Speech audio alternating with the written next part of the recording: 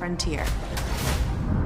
A line between what is and what's next. We've played the game, built the legends, carried the weight. But this is different. This is where the game leaves the ground. No limits, no ceiling. No looking back. This isn't the next season. This is the next frontier.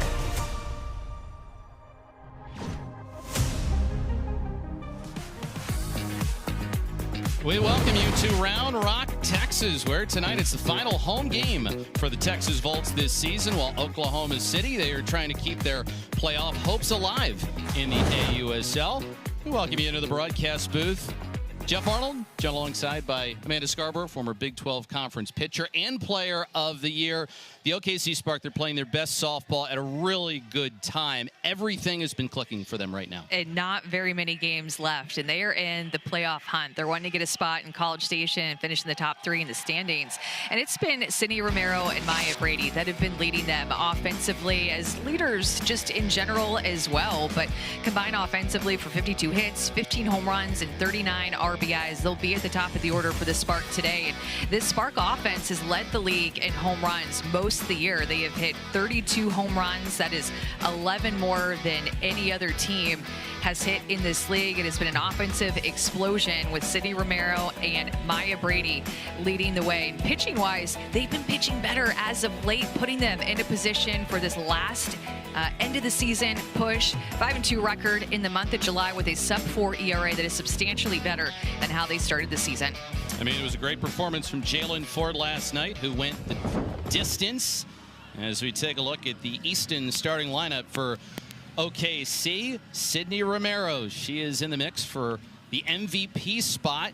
Yesterday, 2 for 4, couple of doubles in a 7-2 Oklahoma City victory. And on the mound in the circle is one of the veterans for the Texas Volts, Rachel Garcia. Excited to see Rachel Garcia pitch against this top of the order for the Spark. 1 through 4, they are tough and veterans with Romero and Brady. And Garcia is coming off of a complete game Monday against the Blades, where she had a season high in strikeouts with 8. Through the full thing, even after the MLBX competition she competed in the day before, where she hit a ton of home runs. We are looking at one of the best athletes in our sport. She can swing the bat as well. She comes from UCLA, and she has always been one of the best two-way players in our sport. And if you doubted that, look at this distance on some of the home runs she hit in the MLBX competition over the weekend, as McKinney fouls it away to open up tonight's game. 7-2 win for Oklahoma City yesterday. They had 2 big innings in the game where they scored 3 runs, were helped out by a lot of walks and also some hit by pitches. Six of their 7 runs that they scored yesterday were they got on via walk or hit by pitch, just manufactured runs in a different way than the long ball than we're used to seeing from them this season. Just outside there, says Scott Mayer, our home plate umpire. It also helps when you've got your full complement of players. Sydney McKinney, since joining the Spark on June 23rd, hits in 10 of the 11 games in which she's played.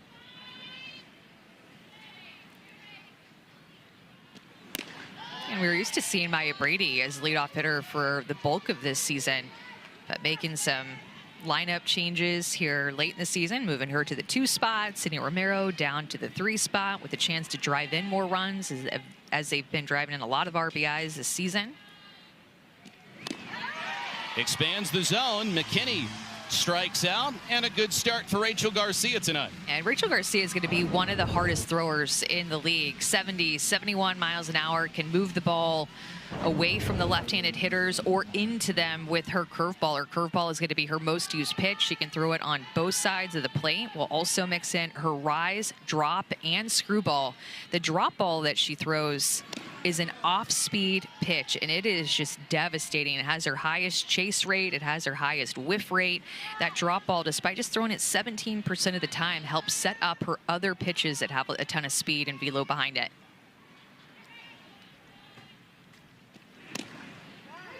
Garcia among the leaders in strikeouts. She takes the ball every couple of days. She will issue some walks. She will hit some batters. But she has started to come on over her last couple of starts in the circle.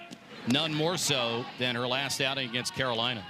Well, look at Maya Brady's show bunt there. It's just not fair what Maya Brady is able to do in the box. It's going to pull Jackie Liss, the third baseman, up the line.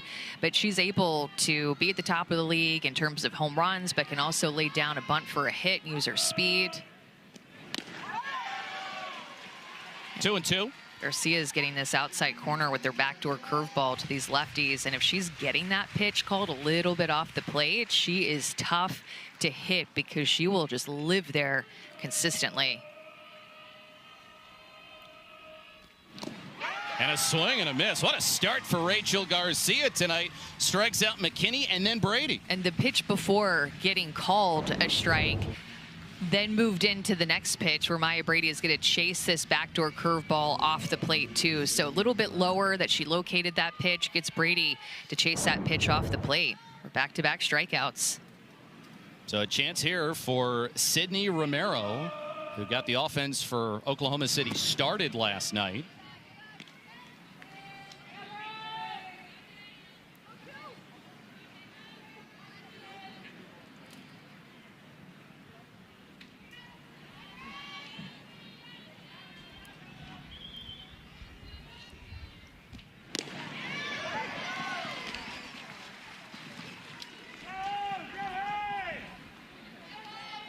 And we welcome everybody who is joining us after watching NBA Summer League action here from the Dell Diamond in Round Rock, Texas. Jeff Arnold, Amanda Scarborough, and Maria Trivalpiece with you. It is the final game at home for the Texas Volts, while Oklahoma City is trying to keep its playoff hopes alive and earn a brief two-game sweep as they coming off a 7-2 win yesterday.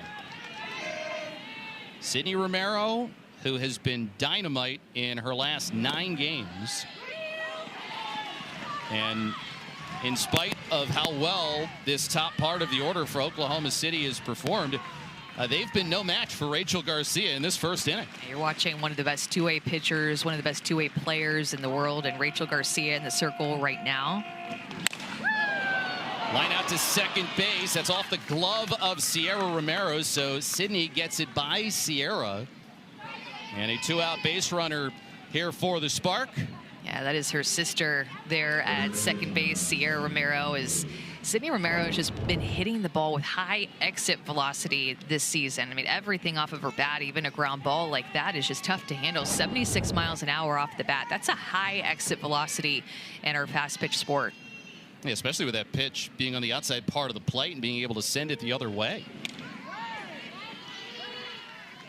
So now it comes to Delaney Wiz. Wiz was 0 for 4 yesterday. The first time she'd ever gone 0 for 4 in an AUSL game.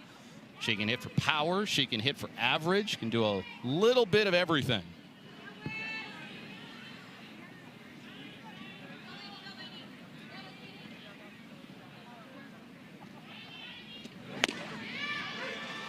Oh, and 2. The strike zone, Rachel Garcia is getting off the edges. Maddie Penta is going to be the starter for the Spark on the other side. And I'm wondering if she's taking notes or her hitters are communicating to her what they've seen at the top of the order already in this game. 2 strikes against Wiz, and it's yanked foul. And I think what also helps, too, Rachel Garcia has talked about the relationship she's got with Deja Mulipola, who's doing the catching. And you know how good Mulipola is. If there are ways to infiltrate the larger strike zone, she will certainly do it. A couple of veterans in this battery for the Volts. Mulipola, longtime friend and catcher of Garcia.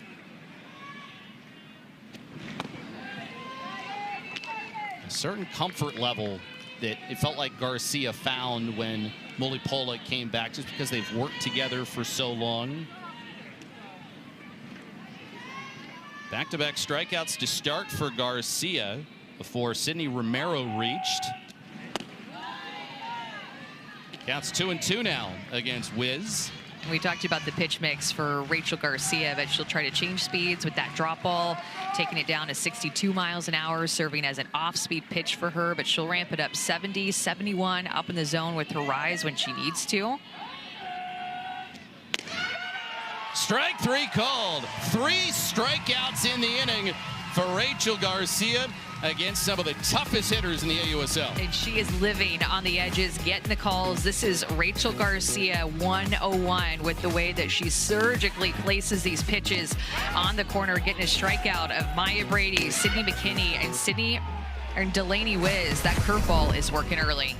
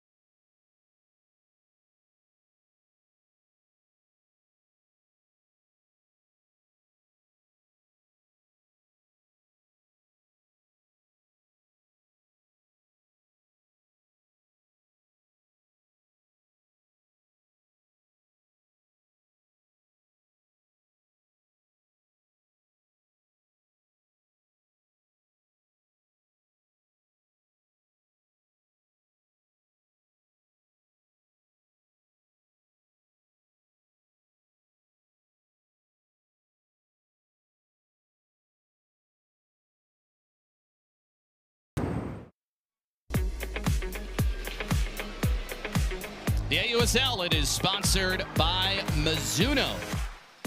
Second game of this brief series between Texas and Oklahoma City. Oklahoma City's already claimed the season series against Texas, and last night Jalen Ford was dynamite in the circle, turning in a complete game, 7 innings of 2-run baseball. And we had a special friend here as well who sung God Bless America before the game. That was Chief Master Sergeant Jim Lawson singing God Bless America, and just I was crying. It was amazing. Yeah, it was so cool to see. Here's the Volt starting lineup presented by Rawlings. Jackie Liss, her season has basically been made by the last 3 games that she's played in. She had another homer yesterday and has driven in 5 runs while she's played a good third base too. And so the Volts, they're going to be facing off against Maddie Penta, who starts Riley Boone off with strike 1. Actually, this is a big start for Maddie Penta. This consistently feels now like a must-win game every time the Spark enter a game. So Jalen Ford took the ball last night, threw a complete game in a must-win situation. Now they hand it off to Maddie Penta, who is throwing better as this season has gone on. When she got back to the United States after competing in the Japan Diamond League, where she came to the season a little bit late, along with Jalen Ford on her pitching staff.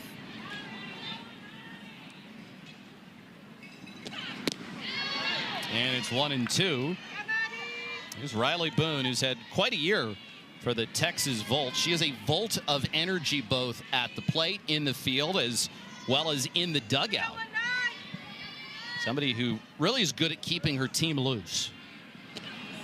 Patty Gasso at Oklahoma named her the chaos coordinator at OU, where she won 4 national championships there and was a part of that big senior class that was just maybe the best to ever do it. But chaos coordinator, that you strike me as a chaos coordinator, Jeff. I'm a low-key chaos coordinator. Lined into right field. There's a base hit for Riley Boone. How did she go up and get that? The way that she has been performing offensively has been something so special. She plays such a good defense, too, in the outfield, covers a lot of ground, has a great arm. But look at her, get her barrel up to that pitch. Are you kidding me? It's like at her helmet. Rise ball out of the hand of Maddie Penta, and Riley Boone says, okay, I'll 2 strikes, swing at this, and shorten up and get on top of it somehow.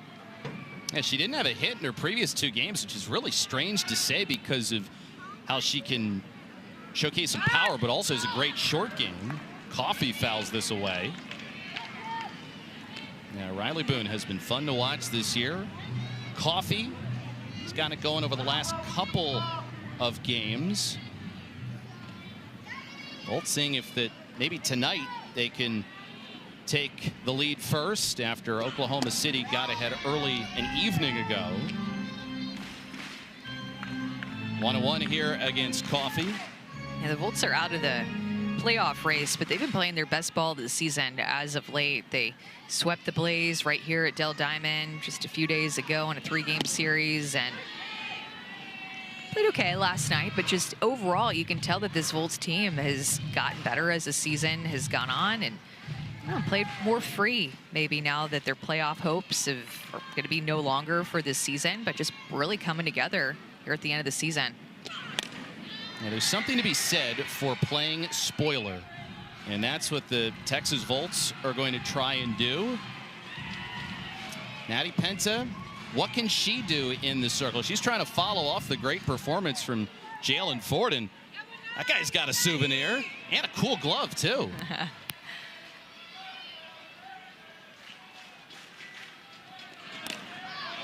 Center field. Brady under this one, and she's got it for the first out. Yeah, it's surprising to see that actually Maddie Penta's most used pitch so far this season is her drop ball, which is a little bit of an off-speed pitch for her as well at 64 miles an hour, similar to Rachel Garcia. Both these pitchers will throw 70, 71 miles an hour, and then she'll mix in a screw, changeup, and fastball in there as well. Go up in the zone a little bit with that rise ball, but nice pitch mix for Penta. Jennings takes low for ball one. And for Maddie Penta, the other part of it is a lot of the damage that came against her came in her first couple of outings this year.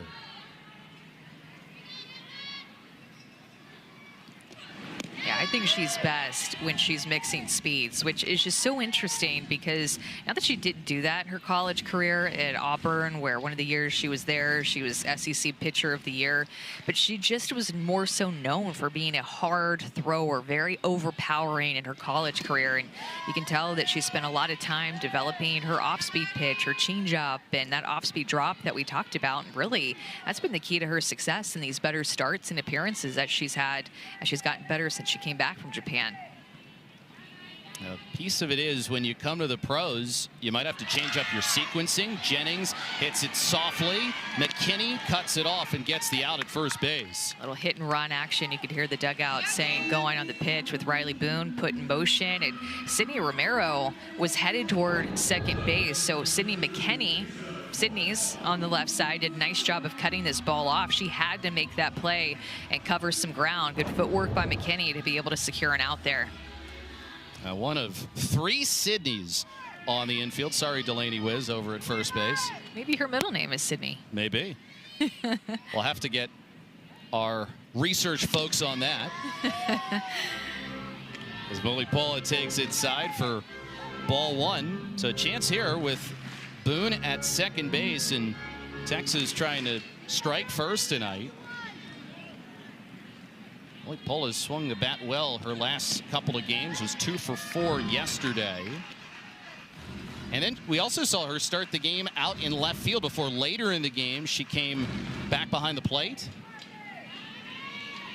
It's quite a combination when you can be a catcher as well as a left fielder. Such a good athlete. I remember her playing at Arizona, and her head coach, Mike Candrea, would just rave about Deja Mulipola and her athleticism back behind the plate. You watch her play and just the way that she moves, the way that she receives, the arm that she has back behind the plate. She's just a pure athlete and a strong hitter.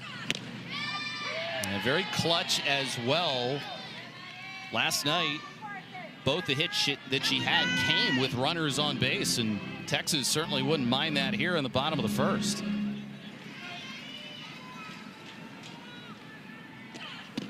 Swing and a miss.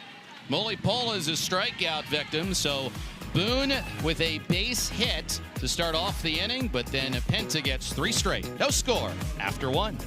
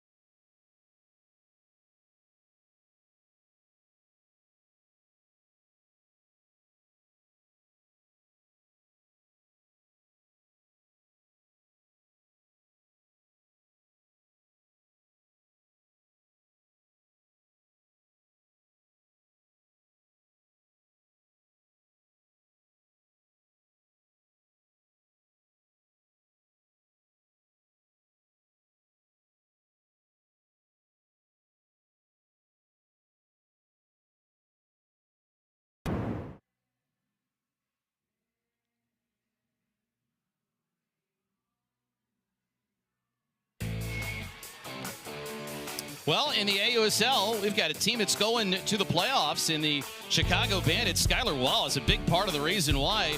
She went 4 for 5 in the game today for Chicago. Kat Sandercock was great in the circle along with Lexi Kilfoyle. And so Chicago, they punched their ticket to the playoffs. It also means for the Blaze, unfortunately, they are eliminated from playoff contention. And meanwhile, the Bandits, they just keep it rolling. I feel like every time I look at a box score, the Bandits have double-digit hits, 14 hits today against the Blaze. Blaze offense tried to keep up, scored 6 themselves, and that had been a quiet, cold Blaze offense, but put up a little fight there. But Bandits able to hold off, and Utah and Chicago will officially be going to College Station. We have 1 spot left, and we need to see who's going to be the top seed, second seed, and third seed. And I think Oklahoma City, they're hoping it might be them. They're going to need to win, and they're also going to need to get some help in order for that to happen. And yeah, the Bandits, after that long winning streak that they had recently, they get in tonight. And we were looking at this earlier today. For the Blaze, it was a week ago. They were a game and a half out of a playoff spot. But in the AUSL, with the length of the season, how fortunes can change. Lost 7 in a row, including today's game. Just went on a complete skid, had several walk-offs against them. So many close games, too. Another 1-run loss for the Blaze. Many of those games are won or decided by 1 or 2 runs. Feel for them. Man, what a turn in events for the Blaze. 2 strikes here against Amari Harper. Strike 3 called. So you're going to see this when Rachel Garcia is getting the corners like this, particularly outside to lefties or with her screwball, which is what this pitch is, and her backdoor curveball, which she'll throw on the same side of the plate, but it has a different late break back into the plate movement. When she's getting a call off the plate like that, she is truly one of the best pitchers in the world. And I just want to make a quick point. She already is one of the best pitchers in the world, even when she's not getting calls like that. But when she is, she just becomes quite unhittable because she will consistently put the ball there with her command. I mean, look at that. 18 strikeouts in her last 9 1/3 innings. Just a couple of inches added to the plate can really make a big difference. And so far, Scott Mayer has been very helpful to Rachel Garcia, who's consistent so far, adding a little bit to the strike zone, and Garcia has taken advantage of it. Well, 3 of her strikeouts have been to left-handed hitters who are hitting better off of her than righties. Lefties coming in hitting 356 off of her. Righties just 214. But yet 3 strikeouts already to some of the best hitters in the league. A complete game shutout a couple of nights ago against Carolina. Game that was a run rule win for Texas. 5 scoreless, 8 strikeouts, gave up just 3 hits. It's what it really looks like when Rachel Garcia is on.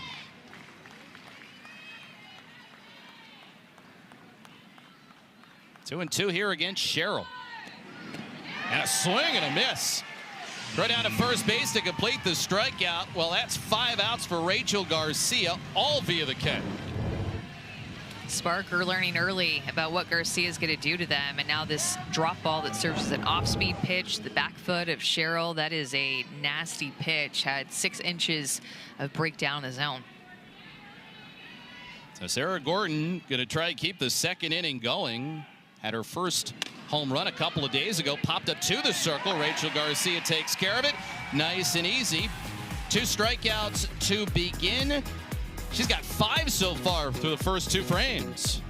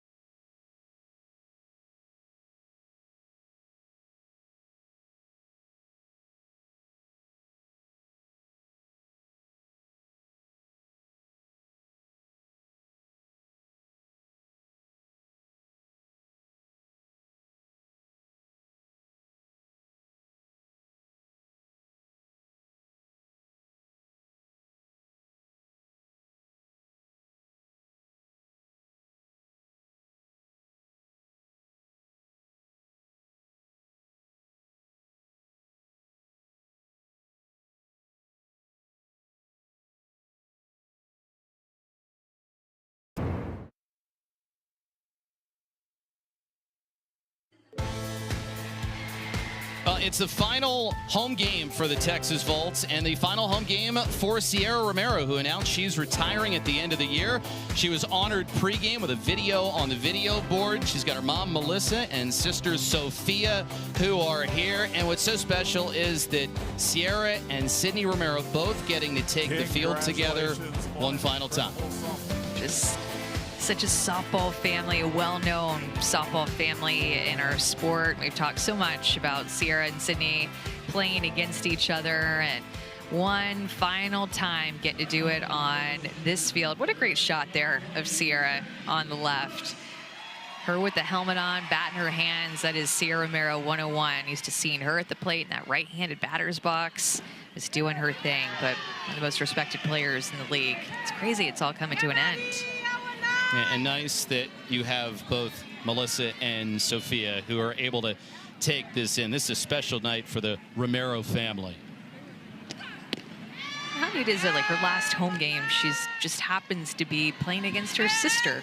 You know, what are the odds of that happening? That was not planned in advance. You know, she just announced her retirement, what, about a week ago, 2 weeks ago? So this is just a recent thing that she announced, but feeling like it's her time to hang up her cleats.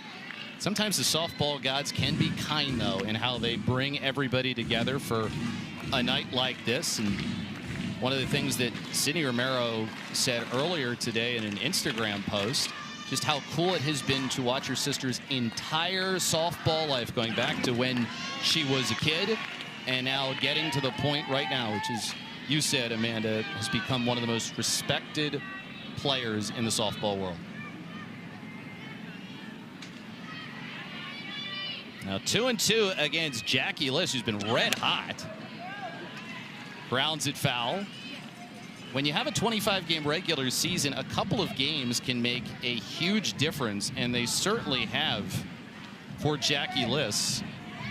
6 for her last 9 at the plate, 2 homers, 2 doubles, 3 runs scored. It's a large chunk of her productivity this season. Chops it to third, but this is foul.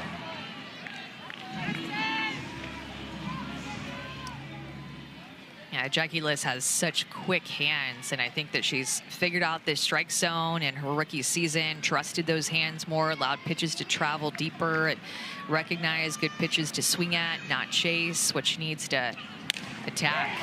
Up the middle, Romero throws on the move and gets Liss at first base. Not an easy play, but well done by Sydney Romero. That was a nice play. Sydney Romero has been so solid at shortstop. That could be a tricky hop for her to handle, but her glove work this season has just been so just quiet, easy, exactly where she needs to be all the time, and a backhand, forehand, so good. I mean, you said it yesterday. She's gotten so much attention, Sydney Romero, because of how she's hit the ball, because she's in that MVP conversation, but she's played flawless defense out there. Just committed 2 errors at shortstop, which anytime you see a number like that, it is always tough to do because the amount of balls that are being hit to you at that shortstop position. This Spark defense overall has the best fielding percentage in the league. They've only committed 8 errors the whole season.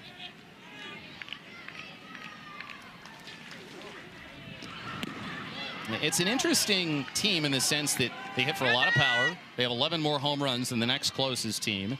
And then they pitch very well in the circle, or they struggle in the circle, I should say. Defensively, though, they're really good. Pitching and defense tend to go hand in hand. That's why these last few games have been so important for their playoff chances and their playoff hopes, and trying to work their way up the standings in these final games, because their starting pitchers have been going deeper into games and giving them better performances. Strike 3 called. Garcia rung up.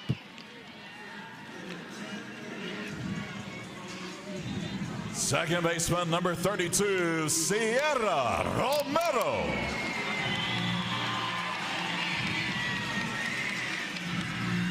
Special moment for Sierra Romero as she is introduced. Right, her final home game. And you know, Sierra Romero, a lot of her hits this year have been home runs. So it'd kind of be cool to see her get one more, at least in front of the home crowd. Definitely. Her one a couple nights ago was pretty special, just knowing she was going to be retiring and that could be her last one. I mean, what she was able to do at Michigan in her college career was embodied with home runs. And I mean, she even hit 11 grand slams when she was at Michigan. She's had so much pop in her bat. Certainly one of the best players in Big Ten history, that is for sure. Undoubtedly. Yeah, you see what she did at Michigan. 4-time All-American, Big Ten Player of the Year, Softball Player of the Year. A lot of hardware at home. Yeah, you know, Michigan was the first team to the east of the Mississippi to win a national championship, and that happened in 2005. And Michigan was, I mean, that's a huge national championship led by Jenny Ritter, and then Sierra Romero came along, and there was this almost resurgence of Michigan being back into the Women's College World Series, with her being such a big part of that offensively and with her leadership. And you think about Michigan softball and you think about Sierra Romero. She's one of those players, intimidating presence when she's on the field, but so willing to share all the knowledge that she's gleaned over many years in the game. And I like that she's starting at second base today. That was her position that she played or has spent the most time at, I should say, this year in this final season of hers. Finding herself a lot at first base, but I like in this final home game, they put her at second base, her sweet spot. Yeah, Ricky Woodard saying about putting her over at first base, the head coach of the Volts, just her hands are so good you can move her wherever you want on the infield. Strike 3 called. And so Penta gets the punch out. She has K'd 3 through her first 2 innings, 8 total strikeouts through 2.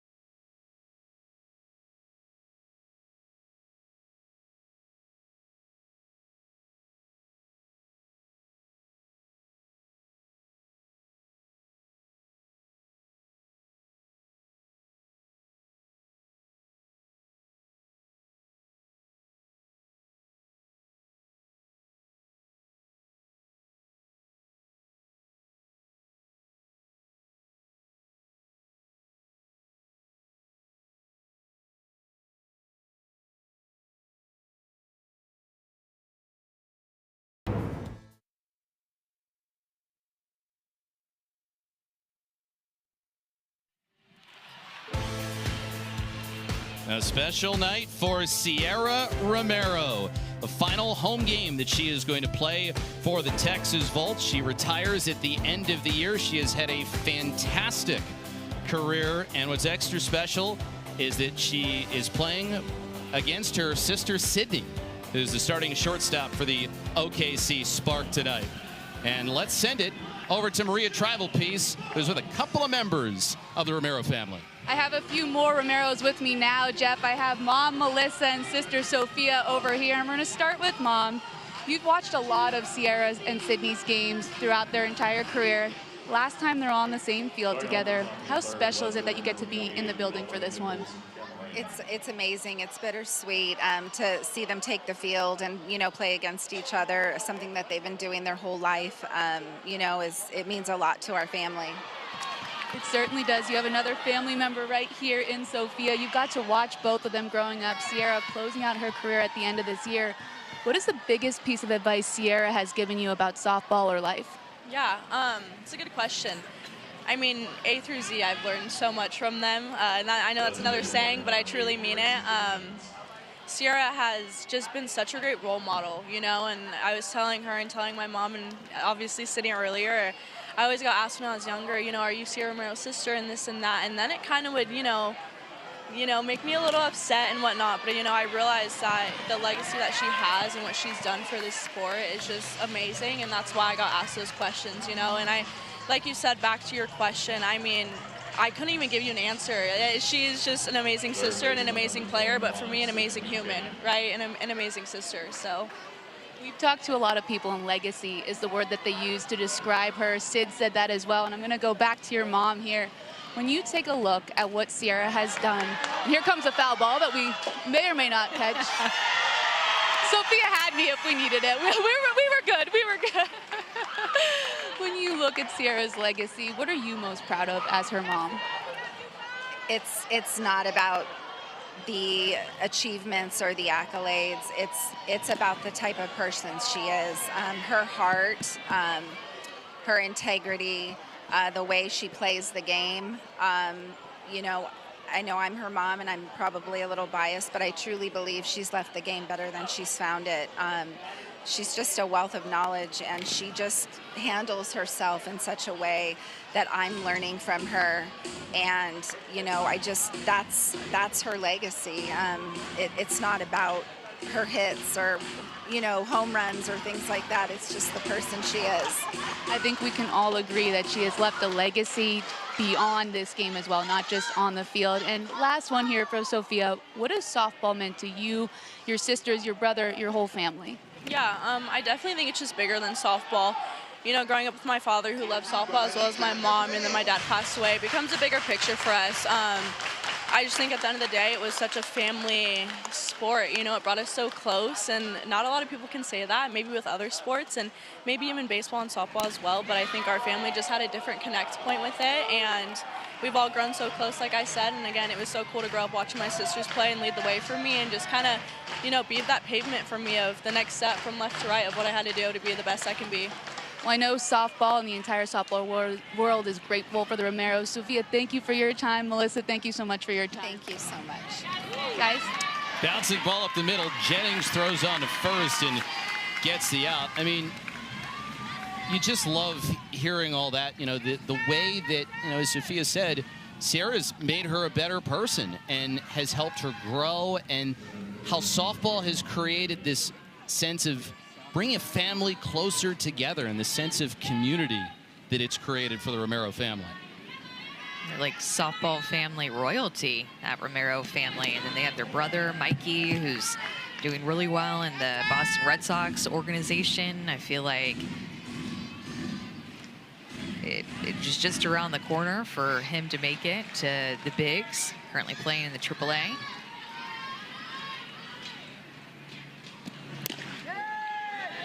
And it's really cool when you're in Mikey's shoes, because you already have a little bit of a roadmap for how it's supposed to be done, how you go about your business every day, how good of a teammate are you, and just understanding all the little things that have probably helped him become a much better pro player.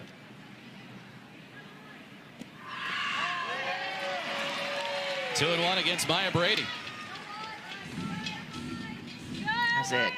Another different way, by the way, that they are able to manufacture a run. We talk a lot about their home run power and leading the league in home runs with 32 as a team, but finding just another way to get a run across in this series. And it just makes so much of the home run ball. I mean, the spark of a home run, at least one in 14 out of the 21 games that they have played. 11, they've got multiple home runs. Last night, though, the walks, the hit by pitches, and some Volts mistakes helped fuel the fire for them. And there's a hit by pitch as Garcia ends up losing Maya Brady. That always hurts when you have a hitter like Brady, you get to 2 strikes and not able to put them away.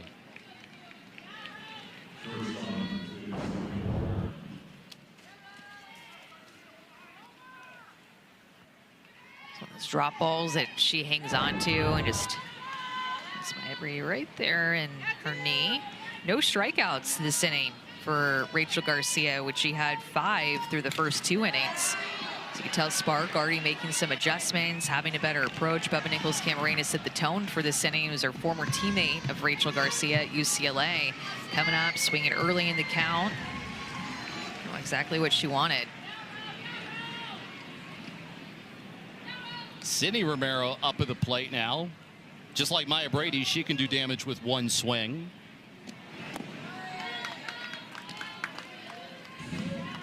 And we were talking about this earlier. You don't think the MVP race is quite closed yet. I mean, Williams, Brady, Romero, think it's still leaving some time open for maybe somebody to pull ahead at the very end?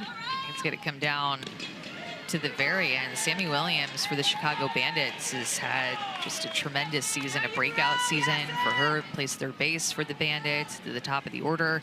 I mean, even with the way, I mean, it would count Skylar Wallace out at this point, even despite missing several games, because she as well was playing in the Japan Diamond League and came late, but she's kind of catching up statistically speaking, and could be in the mix as well in the next few games. I mean, she's 4 for 5 today, a home run, a couple of RBIs. And because of it, Chicago Bandits end up punching their ticket to the AUSL playoffs. So Utah and Chicago are both in now. Slap back to the circle. Garcia gets the out, but we see Oklahoma City manufacture a run. It starts with Nichols-Camarena. Ground out by McKinney. Makes it a 1-0 OKC lead.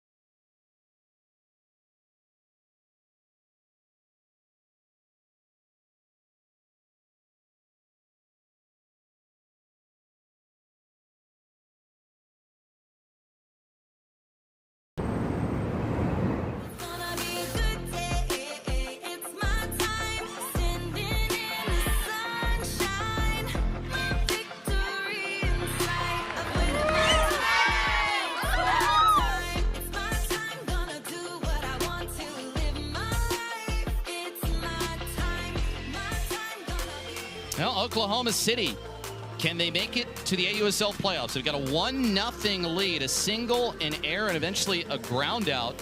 Allowed for them to get the first run of the game once again. And for the Spark, they've got to take care of business, as they've got to win, and then they've got to also hope that the Portland Cascade can help them out a little bit. Cascade in front of them right now, so Cascade going to want to win all these games coming up. They play the Talons tonight. After this one, it'll be the third game of a triple header in the AUSL today.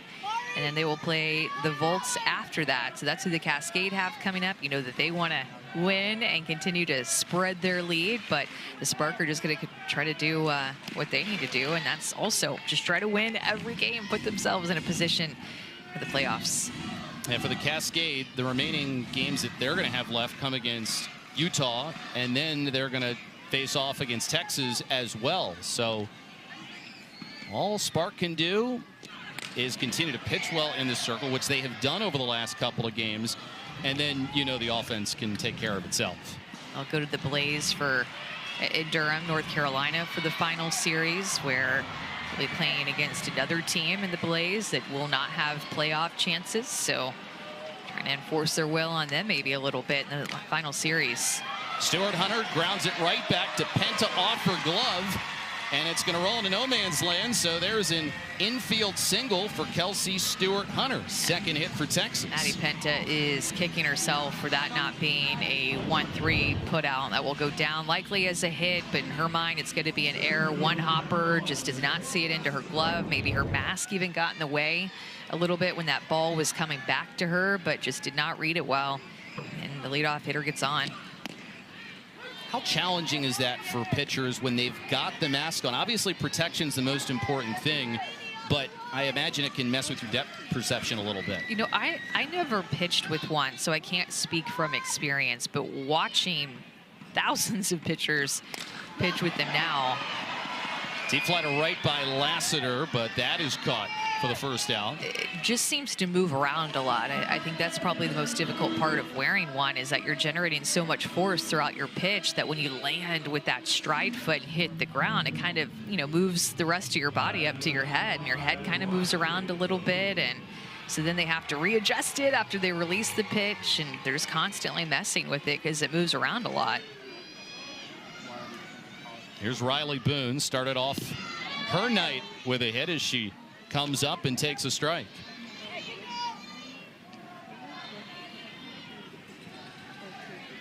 Riley Boone also has built a great relationship with Ricky Woodard, the head coach of Texas, and with Ricky and the relationship she has with Riley Boone, they just connect on a different level. They approach the game the same way, and as Ricky was saying earlier this year, they think a lot alike.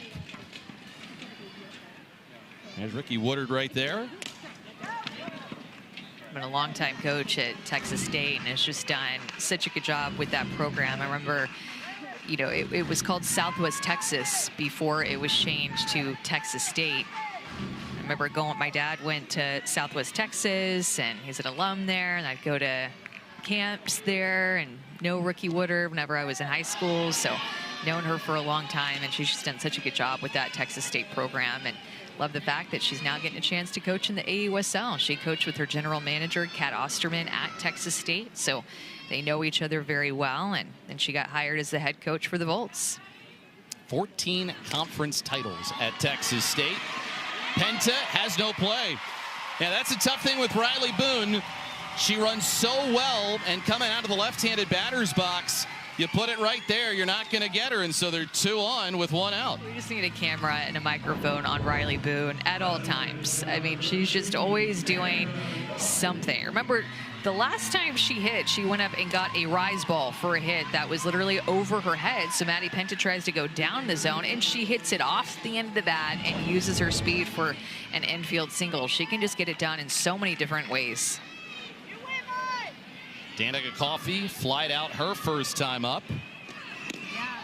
That was the 6th infield hit for Riley Boone this season.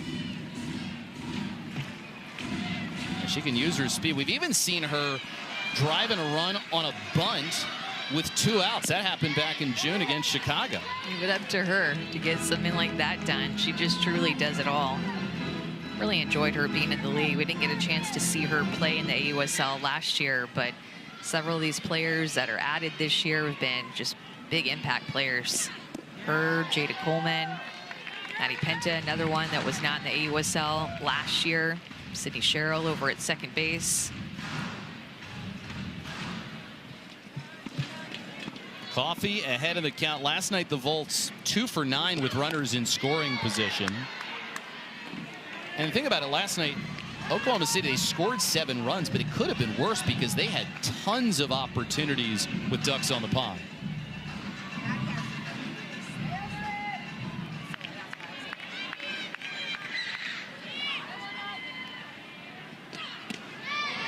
Inside. So the count is run full against Danica Coffey. And you're playing with a little bit of fire right now. 3-2. Third base is open, but you've got Tiare Jennings awaiting on deck, who's tied for the home run lead on the team. Slapped out to the right side. It'll be a tough play. What a play, though, by Sherrill with a glove flip. You had to do that to get the runner at first base. Nifty defense there by Sydney Sherrill. They had to have that out too, and it's the only way for her to make this play with the speed of Danica Coffey was with the glove flip, and that is so hard to have control of a glove flip like that, but you have a certain touch to it, a certain feel. I mean, Sydney Sherrill could not have played that any better, and like we said, that was a must-have out for the Spark defense. There's going to be a visit in the circle before Tiare Jennings comes up to the plate. Jennings 5 for her last 13 at the plate. 3 of those hits for extra bases, and it includes 1 home run.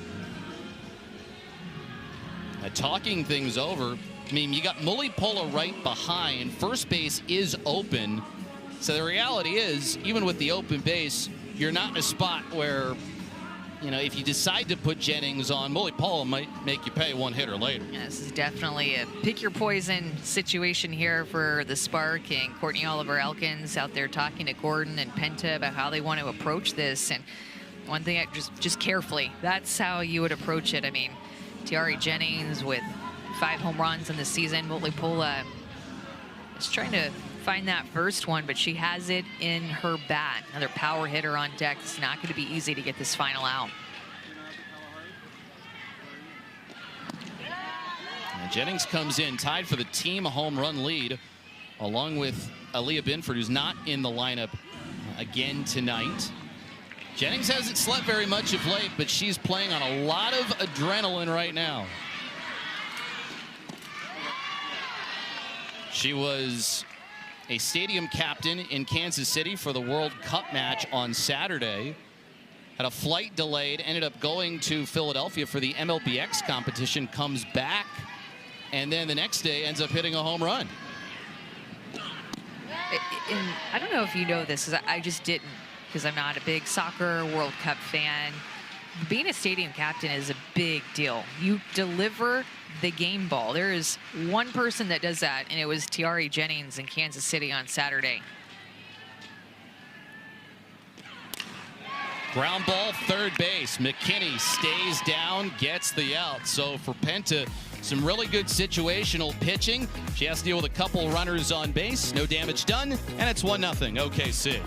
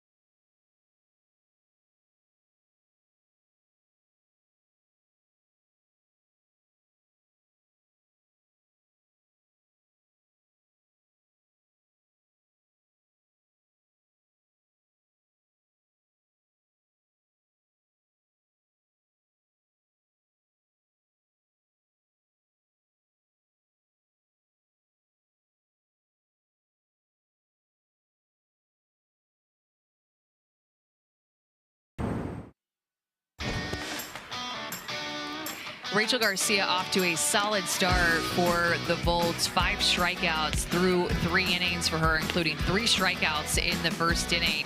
Is being able to paint these corners and get chases on that drop ball that are down in the dirt against these Spark hitters.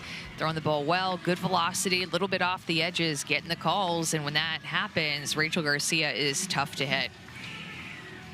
Yeah, there are the numbers. Those last 3 outings, a 198 earned run average, complete game shutout. The last time that she was out there has been helped out by a bigger strike zone tonight by Scott Mayer, but home plate umpire has been very consistent.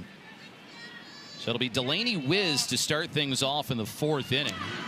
The Spark getting their lone run in the last inning, a single in air and left by Goodwin, and then eventually a sack bunt and a ground ball out. It allowed for OKC to jump on top. It's probably going to be the type of night, too, where any help from the Volts defense like that for this Spark team, they're going to take it. I mean, with the way that she is pitching in this game and has been pitching over her last 3 or 4 appearances, I mean, she's just tough to score off of right now. So that error by Jaden Goodwin was critical for that run to come across for the Spark. And you have seen a lot of Volts players, both pitching-wise as well as position player-wise, play better at the very end of the season, so you get a little bit of something going for next year.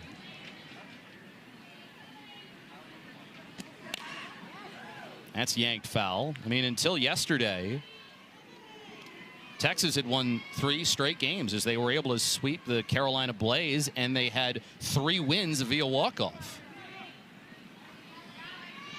Playing with a little fight here at the end of the season. I'm sure Ricky Woodard loves to see it. She is a fighter in her own right.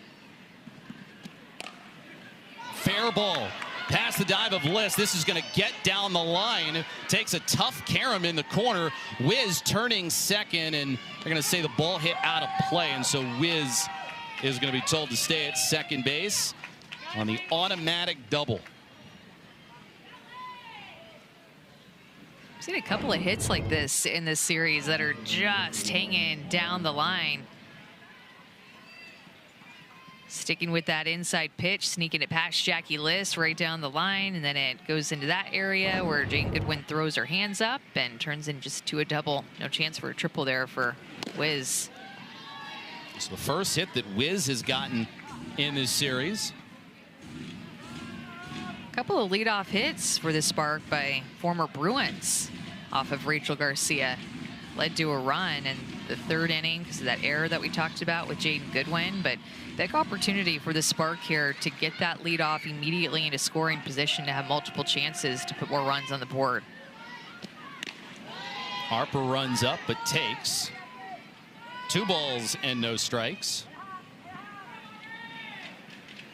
Yeah, there's Amari Harper.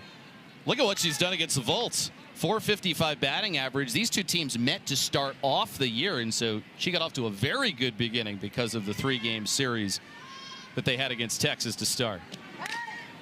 Sets it down, and Liss does a smart thing and lets it spin foul. That was almost so good. She's already hitting with a bit of a split grip, too. She did this in her first at-bat where she separates her top hand from her bottom hand by a couple of inches just for some better barrel control. But also when that happens, it puts her left hand in a better position to lay down a quick bunt like that she almost put down the line. And she got hit by the pitch. Second batter that we've seen Garcia hit. AUSL, it continues on Friday on ESPN2 with a matchup out of Oregon. It'll be the Texas Volts taking on the Portland Cascade, trying for a playoff spot themselves at 8 Eastern. Catch the action or stream it live on the ESPN app. At Portland Field Stadium, beautiful. The atmosphere, the fans. Loved my time getting a chance to visit that field. Portland has rallied around this Cascade team early. They've had sellout after sellout. So many season ticket holders, as Ricky Woodard argues, or I should say talks to Scott Mayer about that hit by pitch call. I don't think that Rachel Garcia loved the call, and he's going to now ask for help from the couple of other umpires in the field. Scott Mayer is mic'd up. Actually sticking her knee out. I don't have her sticking her knee out. I don't know whether it was entirely within the batter's box or anything. It was entirely inside the batter's box. Yeah. Yeah, I have nothing. I have nothing there. Yeah. Hit by pitch.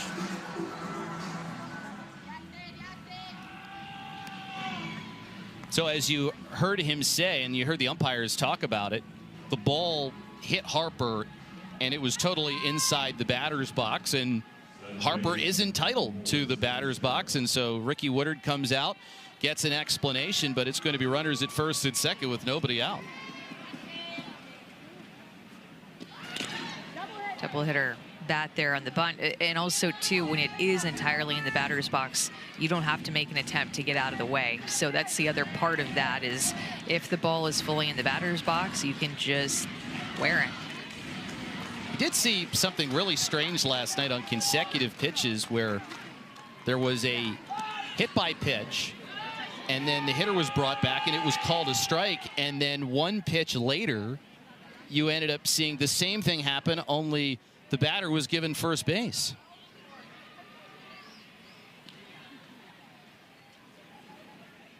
Garcia at 60 pitches right now.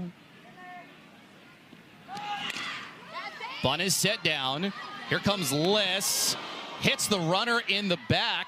So she's safe at first base. Wiz is going to come down and score, and Oklahoma City's got a 2-0 lead now. And now Ricky Woodard, I'm assuming, will come out and ask for batter-runner interference potential here if they want to discuss it with Scott Bayer and the other two umpires. So let's see if this look is going to help answer it for us.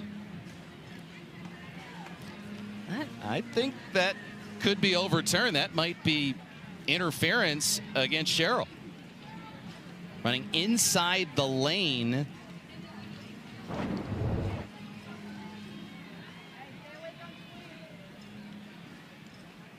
You got to be inside that runner's lane, and that's part of the reason why you have that extra bag, the orange bag over at first base. Now here's a look from overhead. You see where Sherrill starts running, and then she kind of goes in toward almost that, just the one bag. Kind of makes it a little S when she's running toward first base, but we're to play on, even though I'm kind of with you. I think that maybe was close to being batter-runner interference. Now, part of the reason you get that extra base in is to try and prevent that from occurring. But I do want to point out one thing, is that she just laid down a bunt on a Rachel Garcia rise ball. And that is not easy to do, because in that bunt situation, a pitcher oftentimes will want to throw more up in the zone, trying to get the batter to pop the bunt up. But Sherrill did such a good job of getting the top half of the ball and being able to execute that bunt. What has been impressive to see from Oklahoma City over these last two games is to show their offense is a little more than just one-dimensional, where they just rely on power. They have shown they can play small ball if that's what they need to do.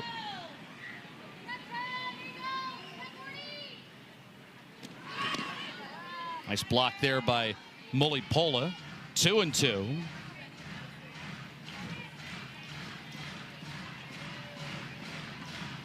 We've seen Oklahoma City get runs in each of the last two innings. Garcia right now attempts to minimize the damage with Gordon at the plate.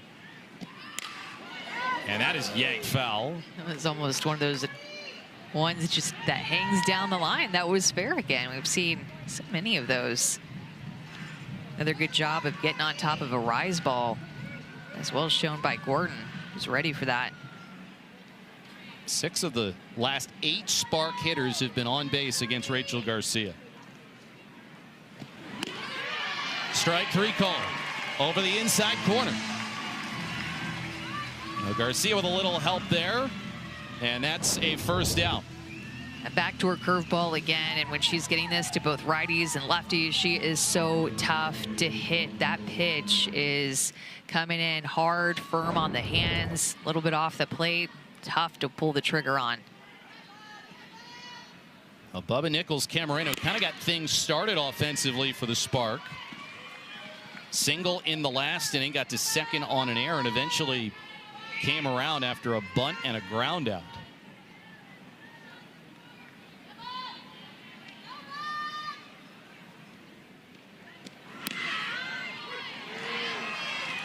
Oh, 0-2.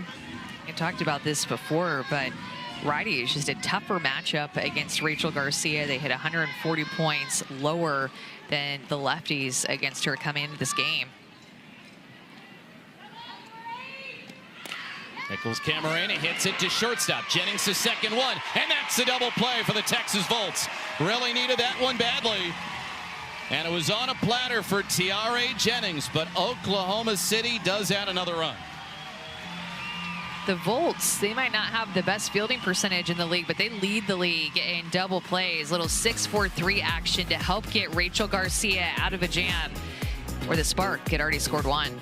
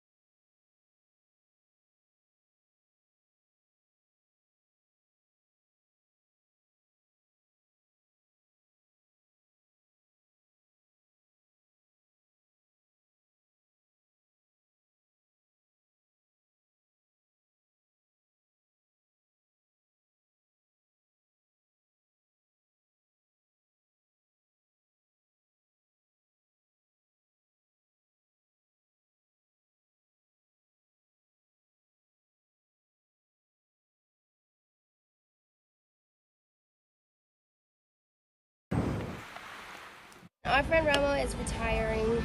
Oh, let's say good words to him. Yeah. Okay. You are one of the best leaders I have met. We look up to you.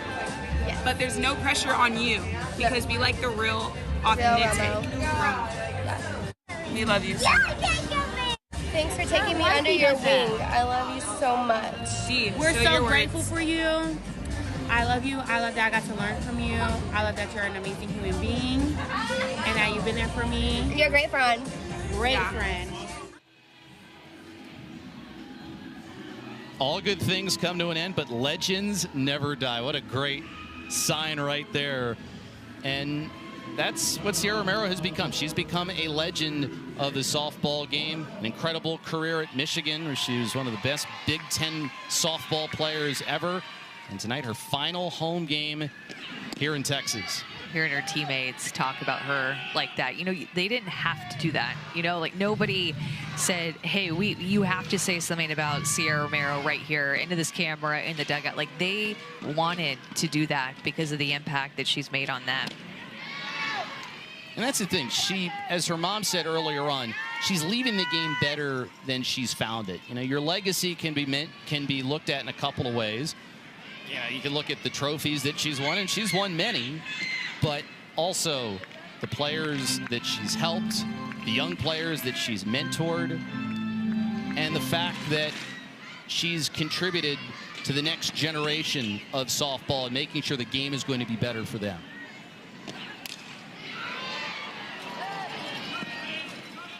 One and two against Deja Mulipola, who was a strikeout victim her first time up. Maddie Pente, got to give her a lot of credit, dealt with some traffic in the last inning, but was able to escape with no damage done.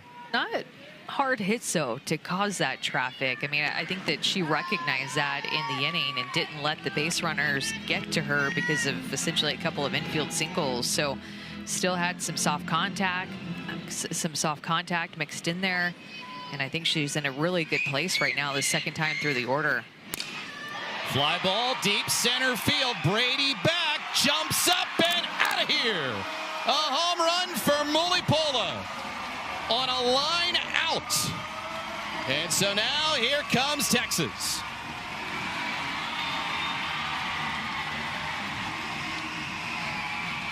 Said she's in a good place right now. Boom, next pitch, hardest hit ball of the game by far. And Mulipola was just not fooled on the changeup whatsoever. Maddie Pente changing speeds has led to her success to this point in the game, but Mulipola going down to get that. That is such a tough pitch to hit. Down and out, only 54 miles an hour, and she just stays on it and puts it out of the reach of Maya Brady.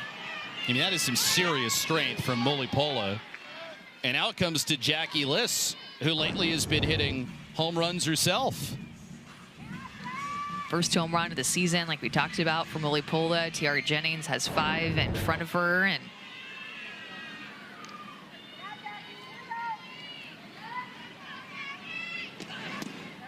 And we send it down to Maria. She's with Deja Mulipola.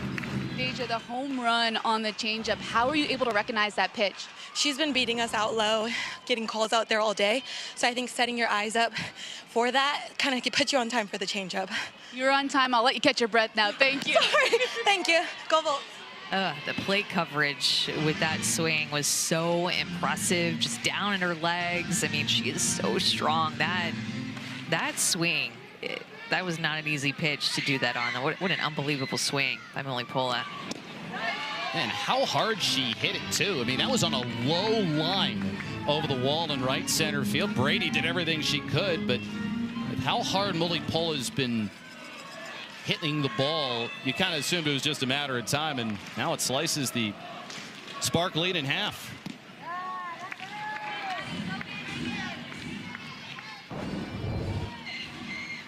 Just a thing of beauty. Pitch location was not bad at all. Mulipola getting deep into her legs, looking for that outer half, she told Maria. And now it's going to be all about how Maddie Pente can recover after that home run. We talked about her being able to recover after some traffic in the third inning and work out of that jam, but may feel different after the hardest hit ball off of her, and I think that Courtney Oliver Elkins, realizing the same thing, going to come out and talk to her. And it's a bullpen for Oklahoma City that is pretty fresh if at some point the Spark need to go there, just because they have gotten back-to-back complete games. Ford was tremendous yesterday, and in general over the last 3 games, Oklahoma City pitching has helped support their offense. They've just looked a little sharper. They've been commanding the zone. Jalen Ford had such a good outing last night. It's like Maya Johnson is warming up in the bullpen, the rookie out of Belmont. Such a great story, mid-major player who has come on and been one of the leaders of the pitching staff for Oklahoma City. Now let's see if Penta can find a way to minimize the damage. She is facing Rachel Garcia, though, and you have got to be very careful about where you spot it up to her, one of the best two-way players in all of softball. Well, we talked about how the Spark have hit the most home runs, but they've also given up the most home runs. And now on the season, they have hit 32 home runs. That leads the league by 11, but they have given up 32 home runs as well. So that can come back and bite you.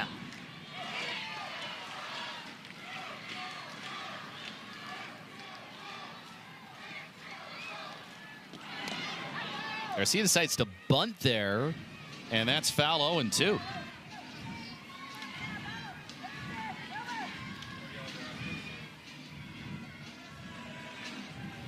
Hit safely in 5 straight games, had a single in the 5th inning yesterday, and put on a display in Philadelphia over the weekend at MLBX. Now time is going to be called at home plate. You can tell Maddie Penta did not want the pitch call that was given to her, so that Sarah Gordon going to take it upon herself and not use the pitch gum, but to put down something else, and that's what she wanted. The thing that she shook off was a screwball, would have been inside, got her outside with the drop. And now let's go into the game with Sierra Romero. Last home game, last of the last. Trying to get me all crying and emotional before the game. Like, ugly crying. Don't cry yet. No. Congratulations on an incredible softball career. Number 32, Sierra Romero. How are you doing this? I love you. I love you so much. So proud of you. Oh my gosh, you guys. I didn't want to cry. I didn't want to cry. Well, if there's a night where you're going to cry, it's okay to cry. At an evening like tonight where she's honored for all her accomplishments, gets a hug from her sister who just so happens to be participating in the final game against the Volts at home this year.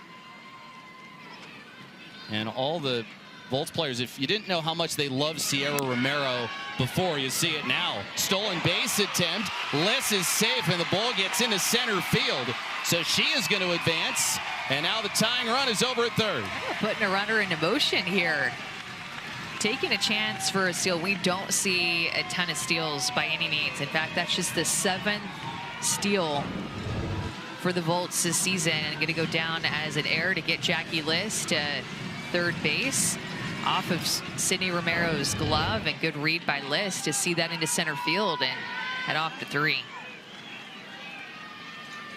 So a big chance here for Sierra Romero. Can she find a way to tie it up?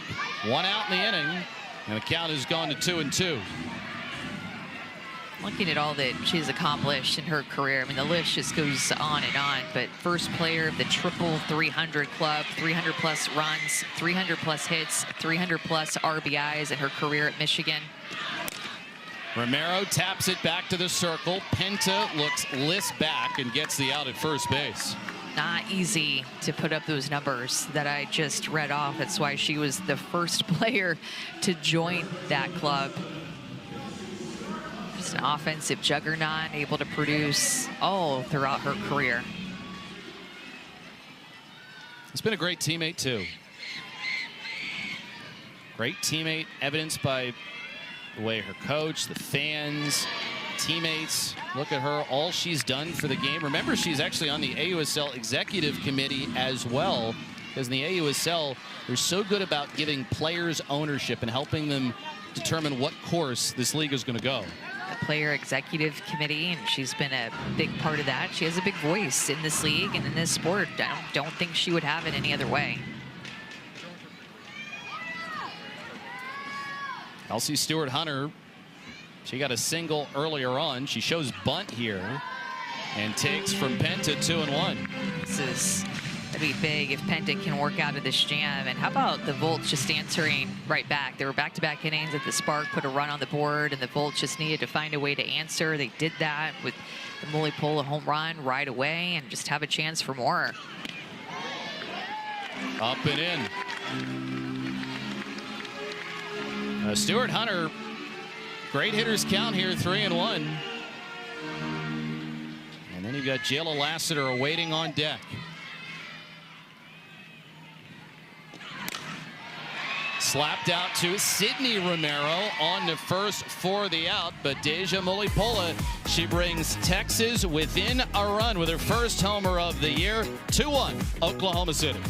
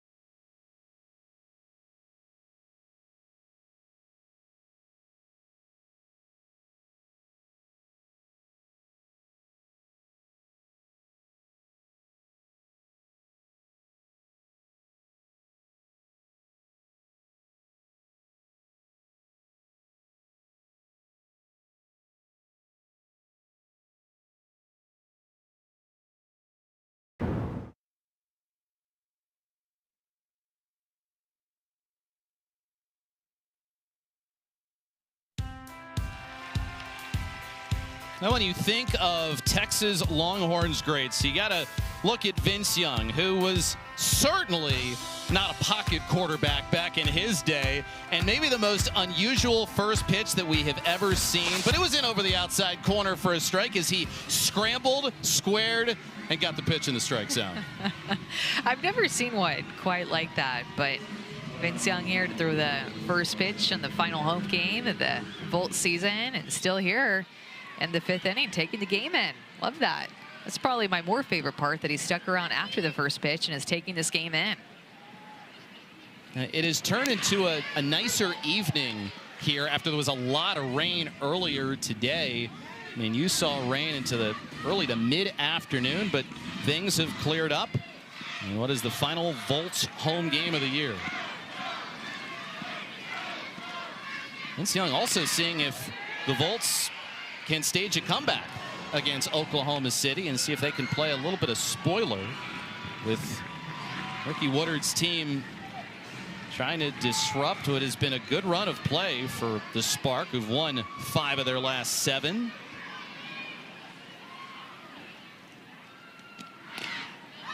Tapped out to Lish. She comes to get it and makes a strong throw for the first out. Another team that's right there for the playoffs in the AUSL.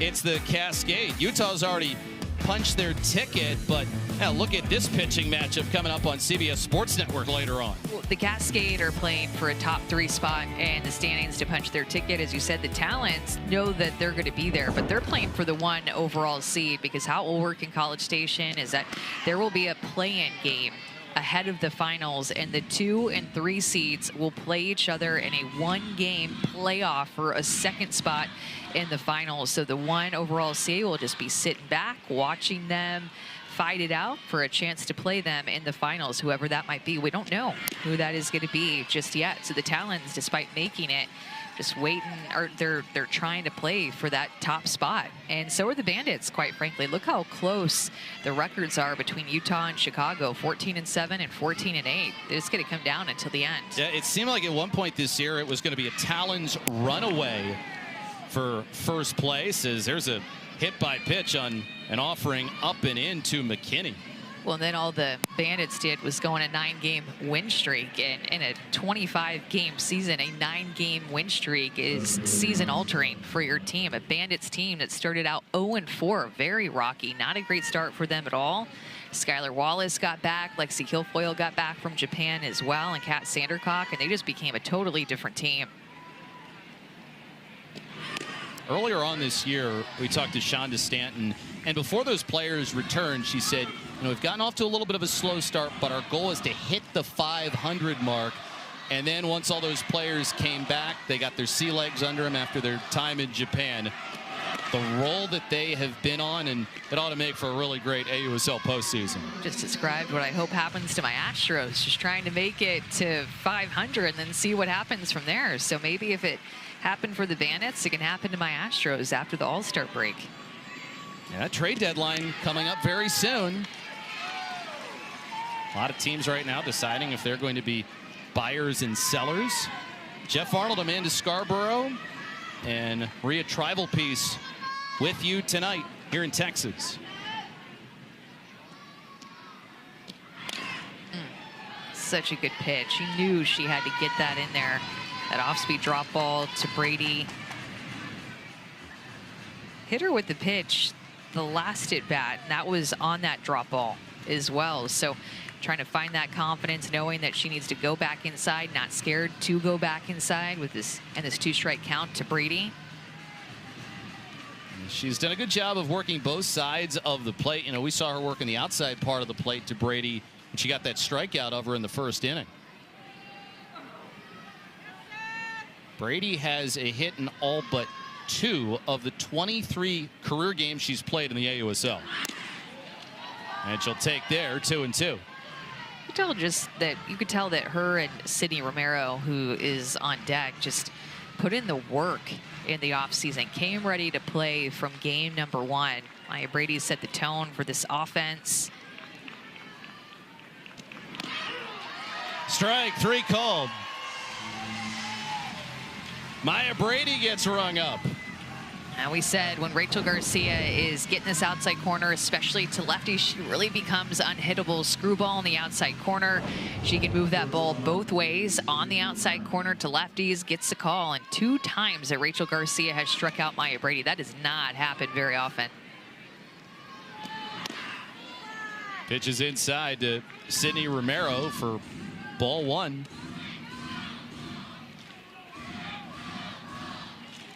Seven strikeouts on the game. She does have 3 hit by pitches as well, which ties her AUSL career high.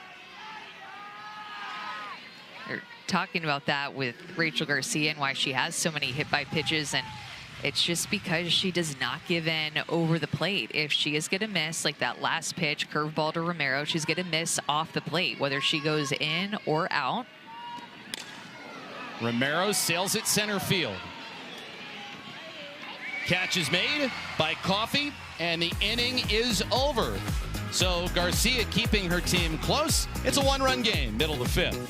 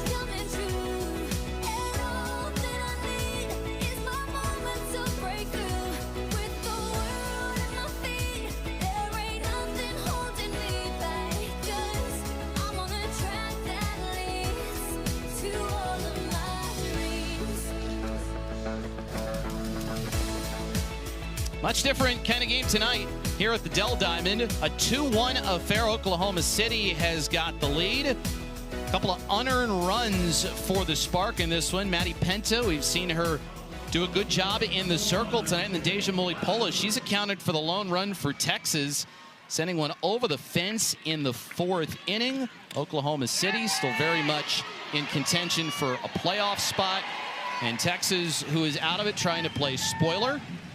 But yeah, much different kind of game than last night when Oklahoma City cruised to a 7-2 win. It's a close one. We've had so many close ones recently in this league. Out to left. And the catch is made by Nichols Camarena. Eric Rue, who does a really good job in tracking this stuff.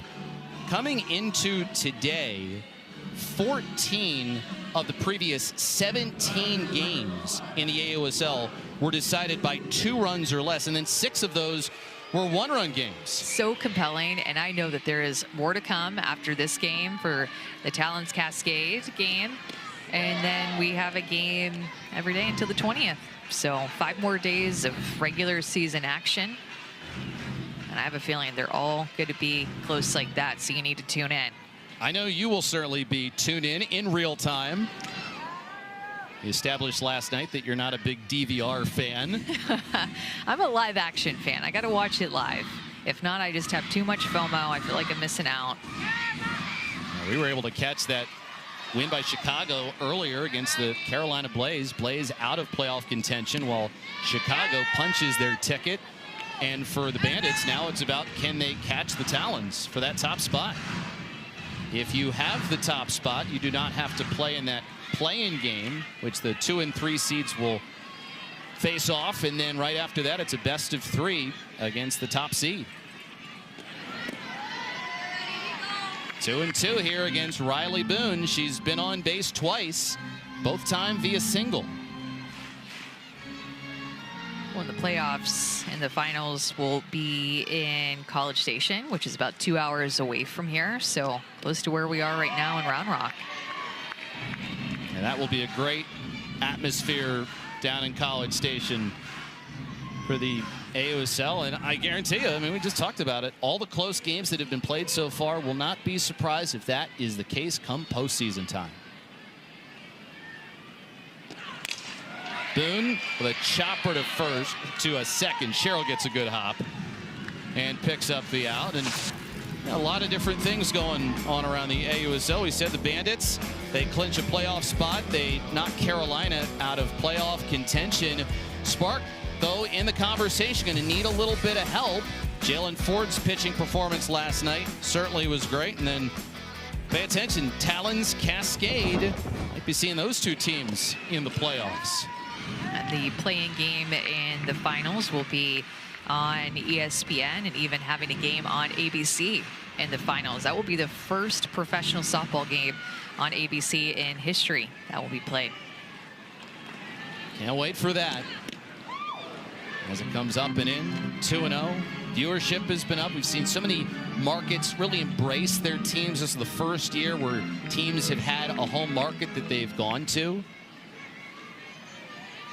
Selfishly, I'm excited. It's going to be at Texas A&M, yep, at Davis Diamond. I can't wait to see a champion be crowned on that field. I did not get a chance to play at Davis Diamond because that is a fancy new field that came after me, but love taking in a game there. And if you haven't gotten your tickets yet, it is going to be well worth being there in person. It's going to be spectacular. You're not really sure who's going to take it. I mean, it really is going to be anyone's ball game once the playoffs get started because of the different strengths that each team has. Utah, great pitching team. Chicago, such a great offense. Could be the Cascade. Their pitching has been really good for most of the year. And then if Oklahoma City can keep winning and get some help, they've got their offense performing on all cylinders. Full count here against Coffey, looking for her first hit of the night. Foul territory here for McKinney, and she has got it. So a 1-2-3 inning put up by Maddie Penta in the circle. Still a tight one here at the Dell Diamond. 2-1 OKC.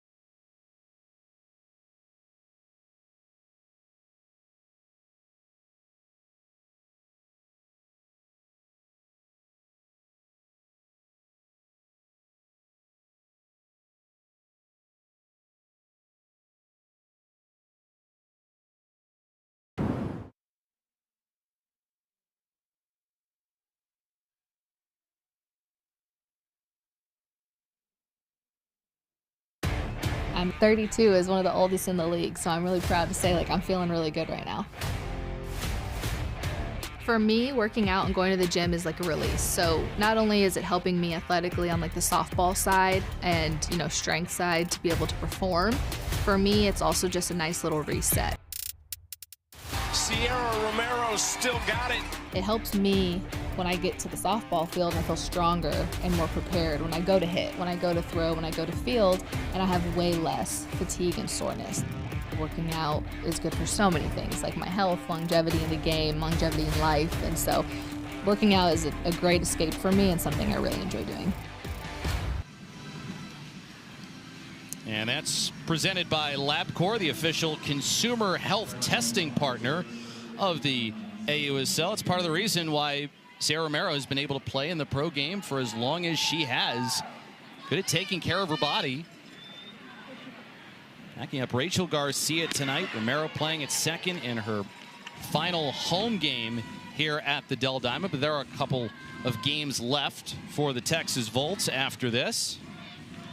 Well, how about she is 32 years old? That has been her number for forever, and she's going to retire at age 32. Didn't realize that before she had said her age on that piece, but kind of neat, kind of meant to be maybe. And she's worn number 32 since high school, and then she's got a softball development app called the 32 Approach. Provides softball instruction to players who are growing up. Rachel Garcia just keeps pitching inside, jamming Delaney Wiz. We saw Oklahoma City score their first run in the third, got one more in the fourth before Mully Polis sliced the Oklahoma City lead in half with a home run. Wiz contributing one of the runs scored tonight for Oklahoma City. Did she check the swing? Yes, she did, according to J.C. Bartley down at first. Well, with the Spark just having 2 runs on the board, Jeff, I mean, both runs have been unearned. There's been an error in both of the innings that the Spark have scored. And so you think about last night and them taking advantage of the walks and the hit by pitches that they had. 6 of their 7 runs that scored in that game got on via the free pass, but taking advantage of the errors made by the Volts today. Now, strikeout there for Delaney Wiz as we send it down to Maria. Well, we've talked a lot about Sierra Romero today, and I was able to catch up with Sydney Romero before the game, and I said, what does it mean to spend your time with your sister for the last time on the field together? And she said, well, when I think of softball, I think Sierra Romero. She has taught me so much about this game, and not just me, but everybody else around us, and we've heard that multiple times here tonight, guys. Yeah, great impact on so many. And it's probably also created a couple of future professional softball players, and it's inspired so many young viewers of the game as well. And who knows, maybe one day some of those youngsters will be on the field in the AUSL. I think they will. I know that they will. That's the type of impact that Sierra's had on this sport, and just a close connection with her sister Sydney. But I mean, Sophia, Sierra, Sydney, and their mom Melissa, they all look just alike. Like, I can't get over it. They all just look like they could be, I don't know, quadruplets. I mean, Melissa's a little bit older, obviously, but they all look so much alike. And then you got Mikey, who trying to reach the major leagues with the Boston Red Sox. Follow his sisters, who've reached the top level of softball here in the AUSL. Harper punches this one foul. It remains 1-2. And we were talking about Sydney, and how about the fact that she coached Amari Harper at Oregon? Seen that a couple of different times in this league. Aubrey Leach coaching at Tennessee, now playing with Carlin Pickens, who's a rookie, and Amari Harper being a rookie on this team, playing with Sydney Romero. It's cool to see all the different coaches who head off to a college program and they have an opportunity to teach the game, and then they go out on the field and sometimes they're reunited or they're playing against somebody that was under their tutelage. Harper works the count full.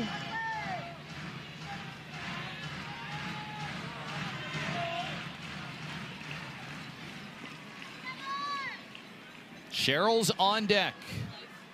3-2 pitch coming from Garcia. Off the fist, drops that one into right. Boone's going to throw to first, not in time.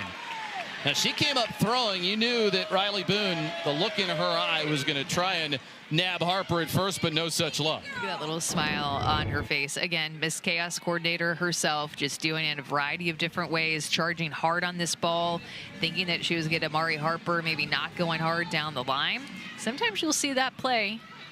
9-3 put out is what it would go down as, and that was kind of a close one. Cheryl reached last time on an air. Center field. Coffee back. She's got it. Second out of the inning. That was actually Lassiter who's out in center field.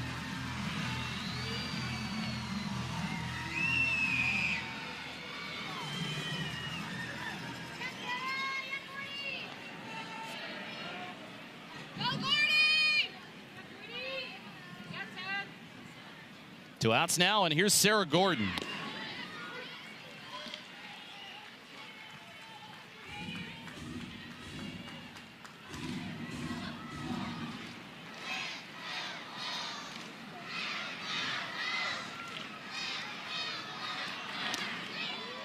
Garcia just misses there.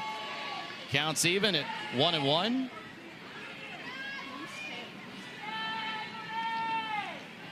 Gordon was picked up from the reserve athlete pool at the very beginning of the month, about 2 weeks ago. Saw her first action with a spark on July 4th. Former ACC Freshman of the Year.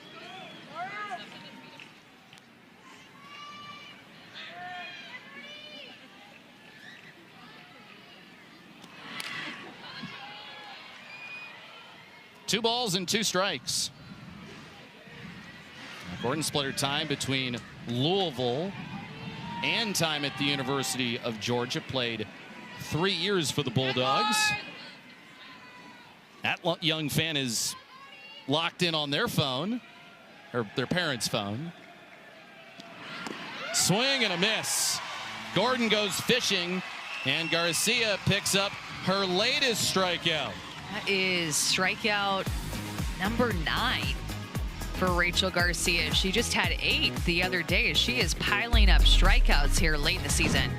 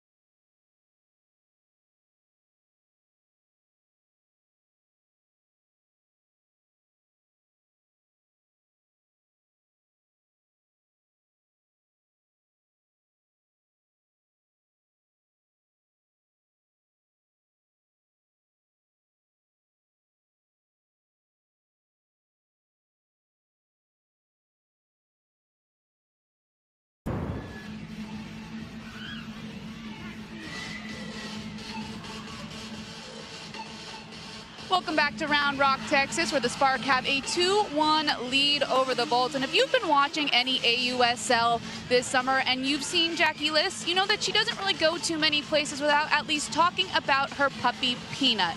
This is the story of how she got Peanut, though. She hit about 3 home runs in her career at Texas Tech. Her family told her, look, if you get to 10, you'll get a puppy. In about a month's time, Jackie Liss did hit 7 more home runs, and then she was able to get Peanut. Her sister Jenna picked her up, and now Peanut is one of the most famous puppies in the softball world. Amanda, I know you love you some Peanut. Oh, she's the sweetest girl, and couldn't make it the drive down to Texas. Peanut can't get on a plane to be here, but she got to see Jackie compete against the Chicago Bandits. That was a shorter drive for Peanut, but I just love the fact that it seemed like Jackie Liss got determined at the plate in her senior year at Texas Tech once maybe Peanut was in the mix of something that she could get if she hit 10 home runs. Because, I mean, she hit 44 home runs at Southern Illinois, and then she transferred to Texas Tech for her senior year. And maybe a little bit of a slow start in the power department. Peanut enters the chat, and boom, all of a sudden Jackie Liss has 10 home runs, and she has a new puppy. So cool. We'll send it down to Maria for a little more. And this is why she's called Peanut, Jeff. When Jackie Liss was a younger softball player, she was tiny, so everybody called Jackie Peanut. So by default, her puppy had to be named Peanut. Of course. Yeah. The story was Dad and her high school coach actually wanted to switch her to being a lefty when she was in 12U ball because she was so small. She certainly packs a punch. A lot of power that she's displayed at the very end of the season. Still not large in stature, but her swing mechanics and the way that she connects with the ball, she has a lot of pop in her swing. Love what she's done at the end of her rookie season, kind of hitting a stride toward the end, like the end of her senior year at Texas Tech as well. The reason why she got to the AUSL. Lily Pola drives another one, but Brady able to make the catch this time. She has hit the last 2 on the button, but it's out number 2 of the inning. So we get to the aforementioned Jackie Liss. See, maybe home run number 3 is coming tonight. If she can get it, she will tie up this game.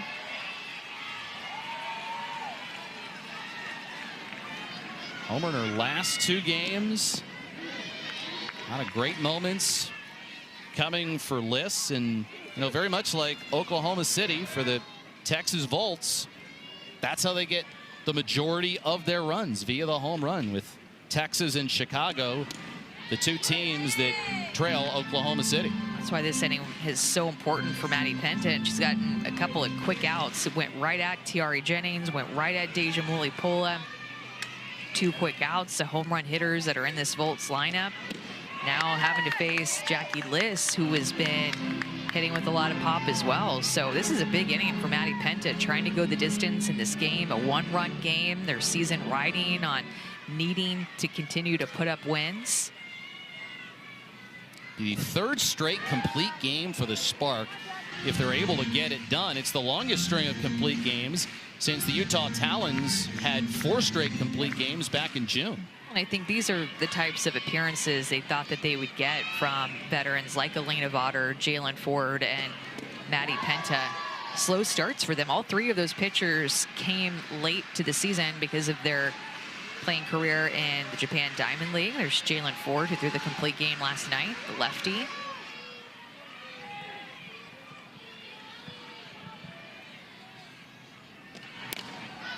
Off the end of the bat from Liss. Will this drop? No! There's Sydney Romero to make the play.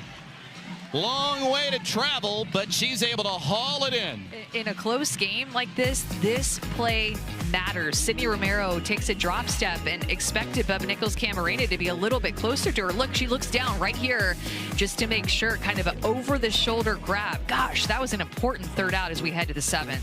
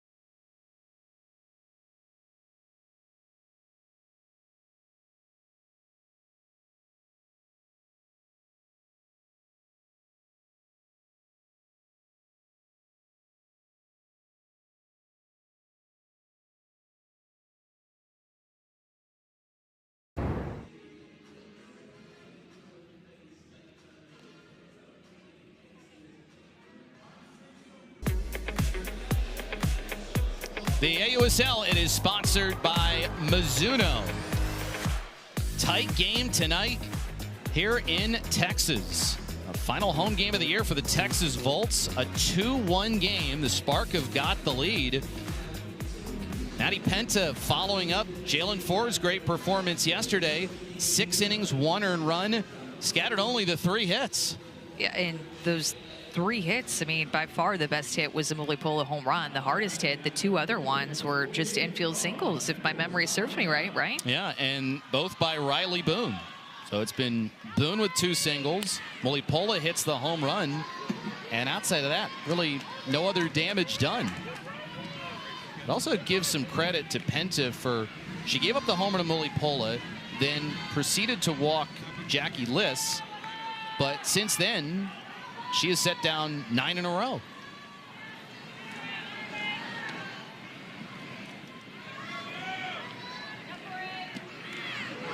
And Garcia, that is the 4th batter that she has hit in this game. Gets Nichols Camarena, who heads down to first. Well, a lot of AUSL action coming up. And make sure you check out tonight, Utah Talons against the Portland Cascade on CBS Sports Network. And then you've got the Bandits and the Blaze. Really tight one played today. Bandits getting their ticket to the playoffs. And then on Thursday, MLB Network, another game between the Talons and the Cascade. Let's go. Doubleheader tomorrow night. I will be off day for me. I'm excited. Off day for you as well, right? Yep. So I'm excited to watch a doubleheader tomorrow night. It's been so fun to travel across the league, see all the different teams, all the different markets. I mean, you come here to Texas and people take their softball so seriously. You go to Portland where every game is pretty much sold out. Jenkins sets this down foul. I thought that last strikeout in the 6th inning for Rachel Garcia is her 100th of her AUSL regular season career. So she is the first pitcher to hit the 100 strikeout mark in AUSL regular season play. Just a reminder, our first AUSL season was last summer. So doing that last summer and this summer. This is popped up. Oh, it's some bad luck. It goes over the head of Liss, who is charging in. Just nothing you can do there. You don't usually want to pop up the bunt unless you got a situation like that. Oh, man. This is so frustrating if you're out on defense when this happens. And Rachel Garcia throws with such good velocity that this bunt just pops off of Jenkins' bat. She lets Garcia provide the power, gets the bottom half of the ball, which usually leads to an out. But instead, it leads to a base runner for the Spark and 2 on for the Spark here in the 7th. So now this is danger time if you're Garcia. Bunt is set down. Miscommunication. Mulipola and Liss couldn't get on the same page. And so it goes hit by pitch. Bad luck, and one that if you field it with McKinney up, it's a close play. But just unfortunate there. Loaded bases, and you got to deal with Maya Brady. Look at just good execution here by the Spark in this inning, which we've been talking about. Mulipola wanting Liss to take it. Liss thinking that the veteran Mulipola is going to take it. Now you have to face Maya Brady with the bases loaded, and all she's done is hit 2 grand slams against this Volts team this season. Well, Garcia, with her 9 strikeouts, she has gotten Maya Brady twice. Just the 2nd time that that has happened in her AUSL career, striking out multiple times in a game. 1-1. 1 grand slam, or 2, I beg your pardon. 2 grand slams for Maya Brady. One of them actually came against Texas in the first series these 2 teams played. But so far, Garcia, she's ahead 1-2.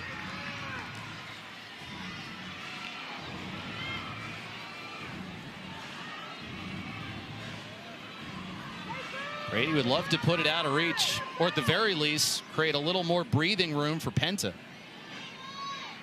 Bases loaded, nobody out. Strike 3 called. Outside part of the plate again. And Maya Brady caught looking. She just is, I don't think, agree necessarily with what she's seeing out of the hand of Rachel Garcia on the outside corner. All 3 strikeouts have been on the outer half. 2 have been looking, including 2 looking with this screwball. And her last 2 at bats, massive strikeout for number 10 for Garcia. Sydney Romero takes a strike. Tasia Mully-Paul has been so good as well, setting up on that part of the plate. And while maybe stationed a little bit off of it, Garcia's hit the spot all night long.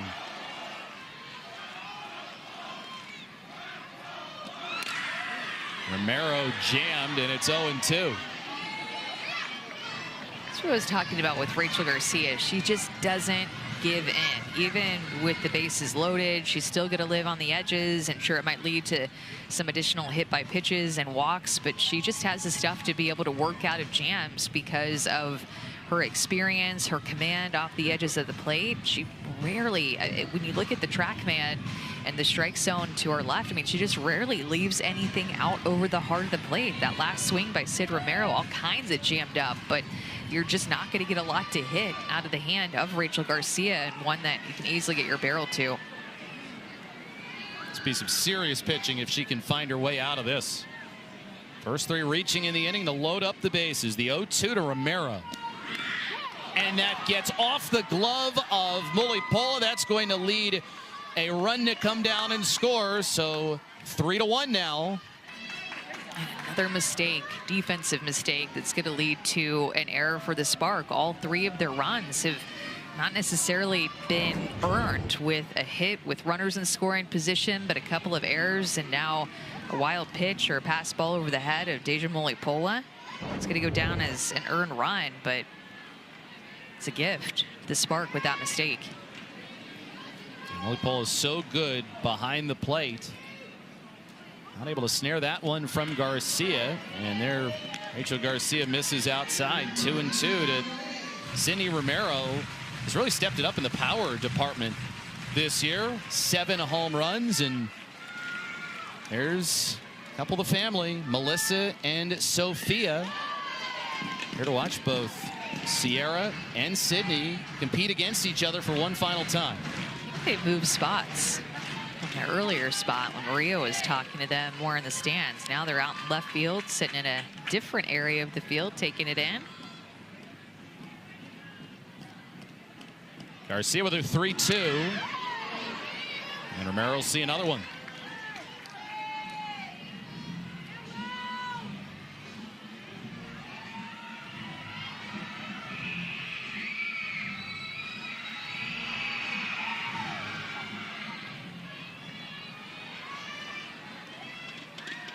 One in this inning for the Sparks so far. Fly ball to deep left field. Back goes Goodwin, and it is gone. Sydney Romero with her 8th home run, and that might be her biggest one yet. Extends the lead as mom and sister cheering in the stands, and Romero makes it a 4-run inning now for Oklahoma City. That is big, and I'm wondering if Melissa down there in left field is going to get the ball. It just went over that left field wall. That is the swing that the Spark needed in this game. Maddie Penta has done such a good job keeping it close. The Spark lead the league in home runs, and Sydney Romero now also at the top of the league in home runs, tied with her own teammate Maya Brady and Megan Grant as well. Boom. That is one of the few pitches that Rachel Garcia has left a ball on the plate, and Sid Romero took advantage of it when she got it. High pop, Mully-Paul coming back, has no play.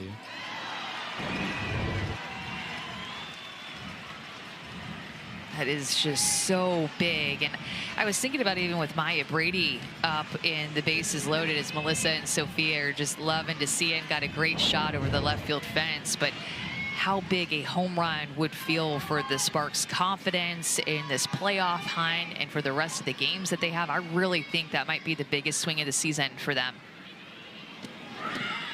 That's in the dirt. We send it down to Maria. She's with Sydney Romero. Sid, that swing breaks it open for your team. How important is that? Really important. I mean, I was looking for something I could drive. I wanted to do a job, just score a run. I was thinking, honestly, something deep fly ball to score, and that works too. Your mom and Sophia are out there in left field. Do you think they got the ball? Probably Sophia. She's probably running out there, jumping the fence. Probably. We'll take a look at that. Thanks. Part of the reason why you move a little bit closer. Great timing by mom and sister. Sydney Romero making a game that has been very close throughout. Making now a 6-1 game. 13 runs Oklahoma City has scored in the last 2 nights. This run so big in this inning, a 4 spot in the top of the 7th. Likely to see Maddie Pintick come back out, try to throw a complete game as Rachel Garcia now gets her 11th strikeout of the game. But Sydney Romero, Player of the Year candidate. So is Maya Brady, who's had a tough game hitting against Rachel Garcia. But Sydney Romero in this game, couple of hits, including that 3-run home run, having Maya Brady's back in this game. And it really will come down to the wire on the MVP. Will it be Brady? Will it be Romero? Will it be Sammy Williams?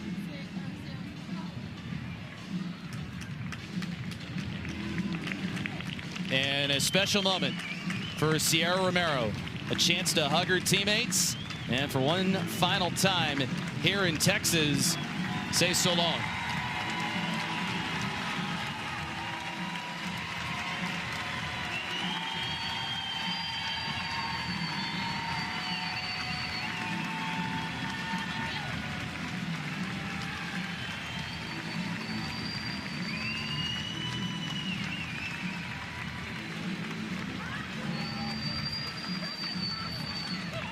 Love that Sydney Romero even came over to the home dugout and gave her a hug too. You know, Melissa just loves to see that. What a special moment. I love that they did that for her. Started her at second base tonight and pulled her off the field with 2 outs for a chance for her moment to put Kirsten Roos now, the rookie, at second base. Now, something like that, that is reserved for legends of the game. A chance to say so long to the Texas faithful as Kirsten Roos will come in and take Sierra Romero's place at second.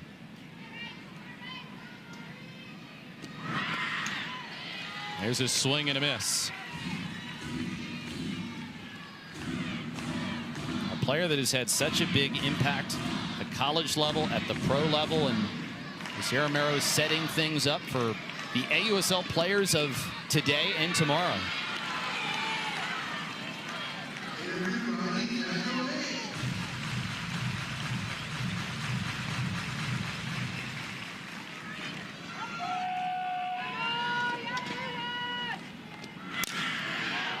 Hit well, right field by Amari Harper. Boone is out of room. It's a home run. So Amari Harper, for the 2nd straight night, she goes deep. And the Spark add on to their biggest inning of the evening, a 7-1 lead. So much confidence from Sydney Romero with that swing to finally really get to Rachel Garcia. And then Amari Harper, who she coached at Oregon, taking that confidence, going down and getting that drop ball 60 miles an hour, and she just drops her barrel down to get underneath that pitch and lift it out of here. 233 feet for distance. 2 home runs in this inning for the Spark off of Rachel Garcia, and I think a moment that nobody really saw coming with the way that Rachel Garcia was commanding this game, and it was just a 1-run game coming to the top of the 7th. I mean, Rory McIlroy would be impressed at that effort, being able to go down and golf it over the fence.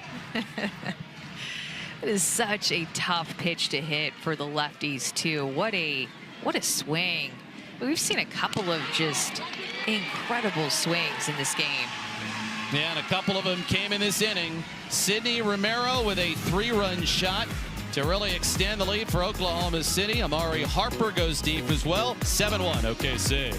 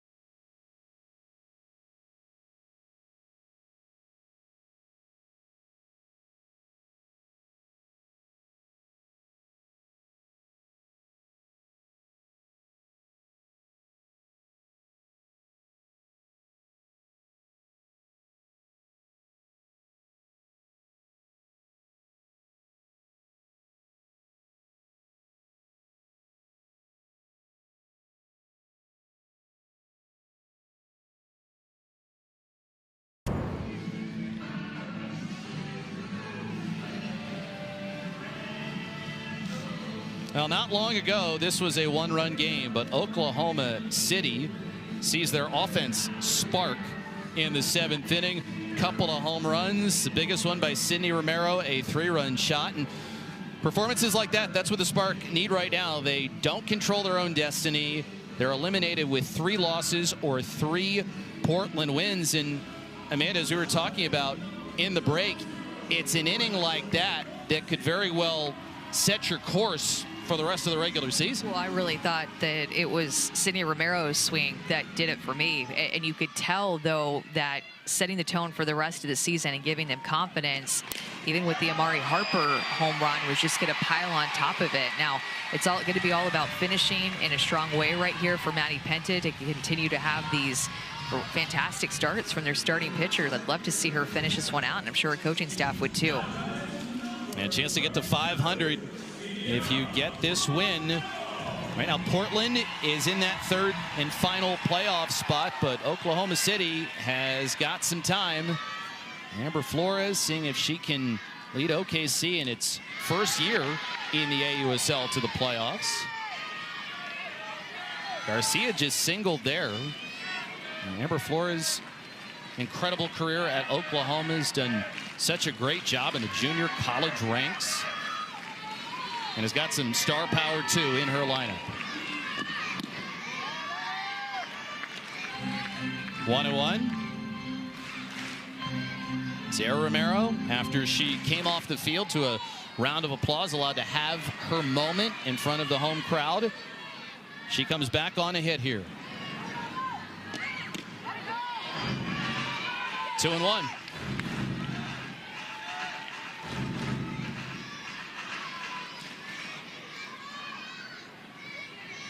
Six hits this year, 3 of them home runs. Penta gets the call over the outside. 2-2. This would be the 3rd straight complete game if Penta is able to finish things off. They had just 1 in their first 19 games on the year. Romero puts this one in the gap. This is going to roll all the way to the fence. Garcia's going to get sent around. Here's the throw. No, they're going to hold on to it. Well, how about that for Sierra Romero in her final at bat at home? An RBI double to get Rachel Garcia in, and both Romeros having their moment here in the 7th inning. Things we love to see is this right here, her final home game, getting an RBI late in this game, getting another at bat. Mom, Melissa loving it. What a 7th inning for the Romeros. The Romero sisters in the 7th inning alone have 4 RBIs combined. Just fighting off this screwball. 2-strike hit given up by Maddie Penta, just not in enough. Sierra able to get some barrel to it, find a gap. RBI double for her. All smiles as she stands out at second base. And Christmas coming early for the Romeros. You get your moment where the crowd recognizes you and you get hugs from all your teammates, and your Sierra Romero, Sydney, your sister, comes over, gives you a hug too, and everyone applauds what has been a great career. Then Sydney Romero hits a 3-run homer, and Sierra Romero comes up for a final at bat at home, finds the gap. What a roller coaster ride it has been for them in the 7th inning, but nice to see the Romeros center stage here in the 7th. It's the coolest. We've had some really cool moments the past couple of days here at the stadium, and I'd love to see it. Now Penta trying to get things on track. She had set down 9 straight before the single and the RBI double. Okay, perfect. And a swing and a miss. Aaliyah Binford up at the plate. And we know about her power exploits all year long.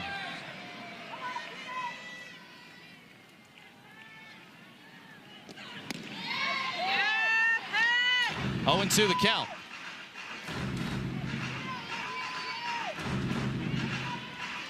One of a handful of players that is from the state of Texas. Binford beyond third base. McKinney there to make the catch. First out of the 7th inning.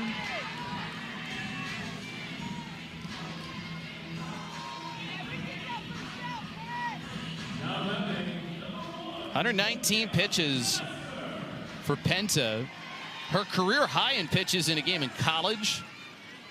In a 12-inning game, mind you, in the NCAA Regionals in 2024, her career high in pitch is 223. So this is nothing. That went late into the night, and I believe that game was against UCF, whose head coach is Sydney Ball-Malone, the head coach of the Talons this season. Outside 1-1. That was, oh my gosh, that was a brawl. Sarah Willis was the pitcher she was pitching against in that one. I mean, I think that game was finishing at like 1 a.m. Like, we're talking late, I think after some weather delays.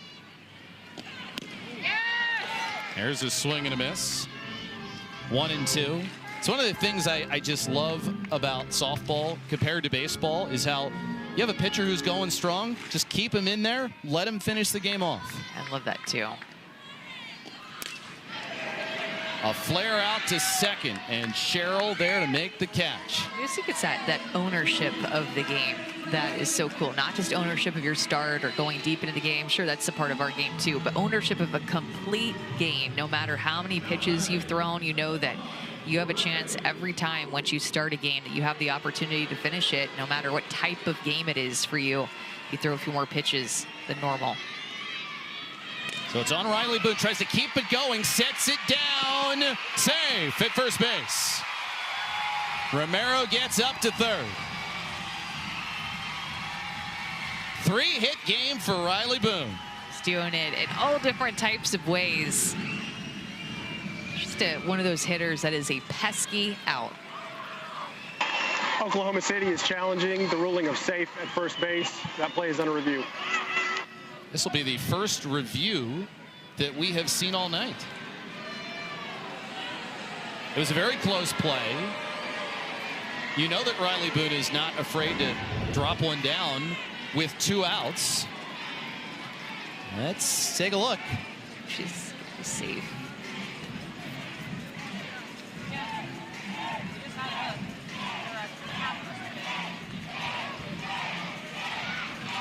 The fans are chanting safe, safe, safe, and I think you and they are both right. I think this will stand.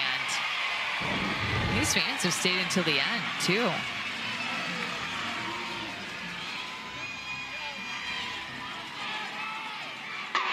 After review, the ruling on the field stands. The runner's safe. Oklahoma City has 1 challenge remaining. I'll take a shot, but Boone just in there. So it'll be Danica Coffey who comes up to the plate. The second 3-hit game that Riley Boone has collected this year. And her 4th bunt hit as well. Strike 1 taken by Coffey. 5-7. Or 7-6-2, I beg your pardon, for the Spark. 2-6-2 for the Volts. Dropped out to left, and Nichols Camarena comes on and makes the catch. And Oklahoma City on the back of a big 7th inning where they score 5 times.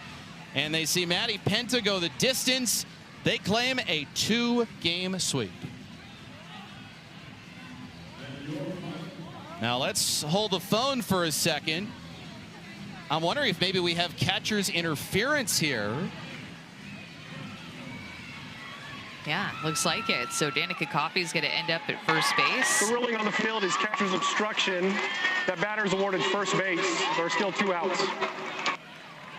A little bit of a reprieve there. Love it when we use the mic for even non-challenge calls. I love using the mic to let everybody know what's going on. It helps the fans. It helps the broadcasters. Great job to this crew for communicating. Yep, you see it fair and square right there. You feel that as a hitter too. You know, base is loaded now. And so she says it right there immediately to Scott Mayer. Umpires get it right. This is certainly not over yet. With a bases loaded and 2 outs, and Tiare Jennings up. She's looking for her first hit tonight. Hits it softly to third. McKinney on to first, and that will do it now. Oklahoma City completes the 2-game sweep. What a great job by Penta. It's the 3rd straight complete game that the Spark have picked up, and they had a big 7th inning, which helped them put it away. Yeah, they took care of business here with a great performance from Maddie Penta, putting 7 runs on the board and just piling up runs late in this game, which is something that they needed to do against a Volts team that was going to fight. Now they will sit and watch what is currently happening with the Talons and Cascade game, and you know they're going to be pulling for the Talons.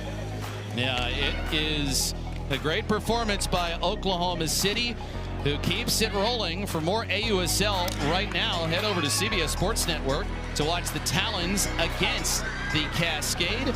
For Amanda Scarborough, Maria Tribal Peace, our entire crew, I'm Jeff Arnold. Oklahoma City comes here to Texas. Offense performs well, 2 good pitching performances, and they win tonight. Good night, everybody.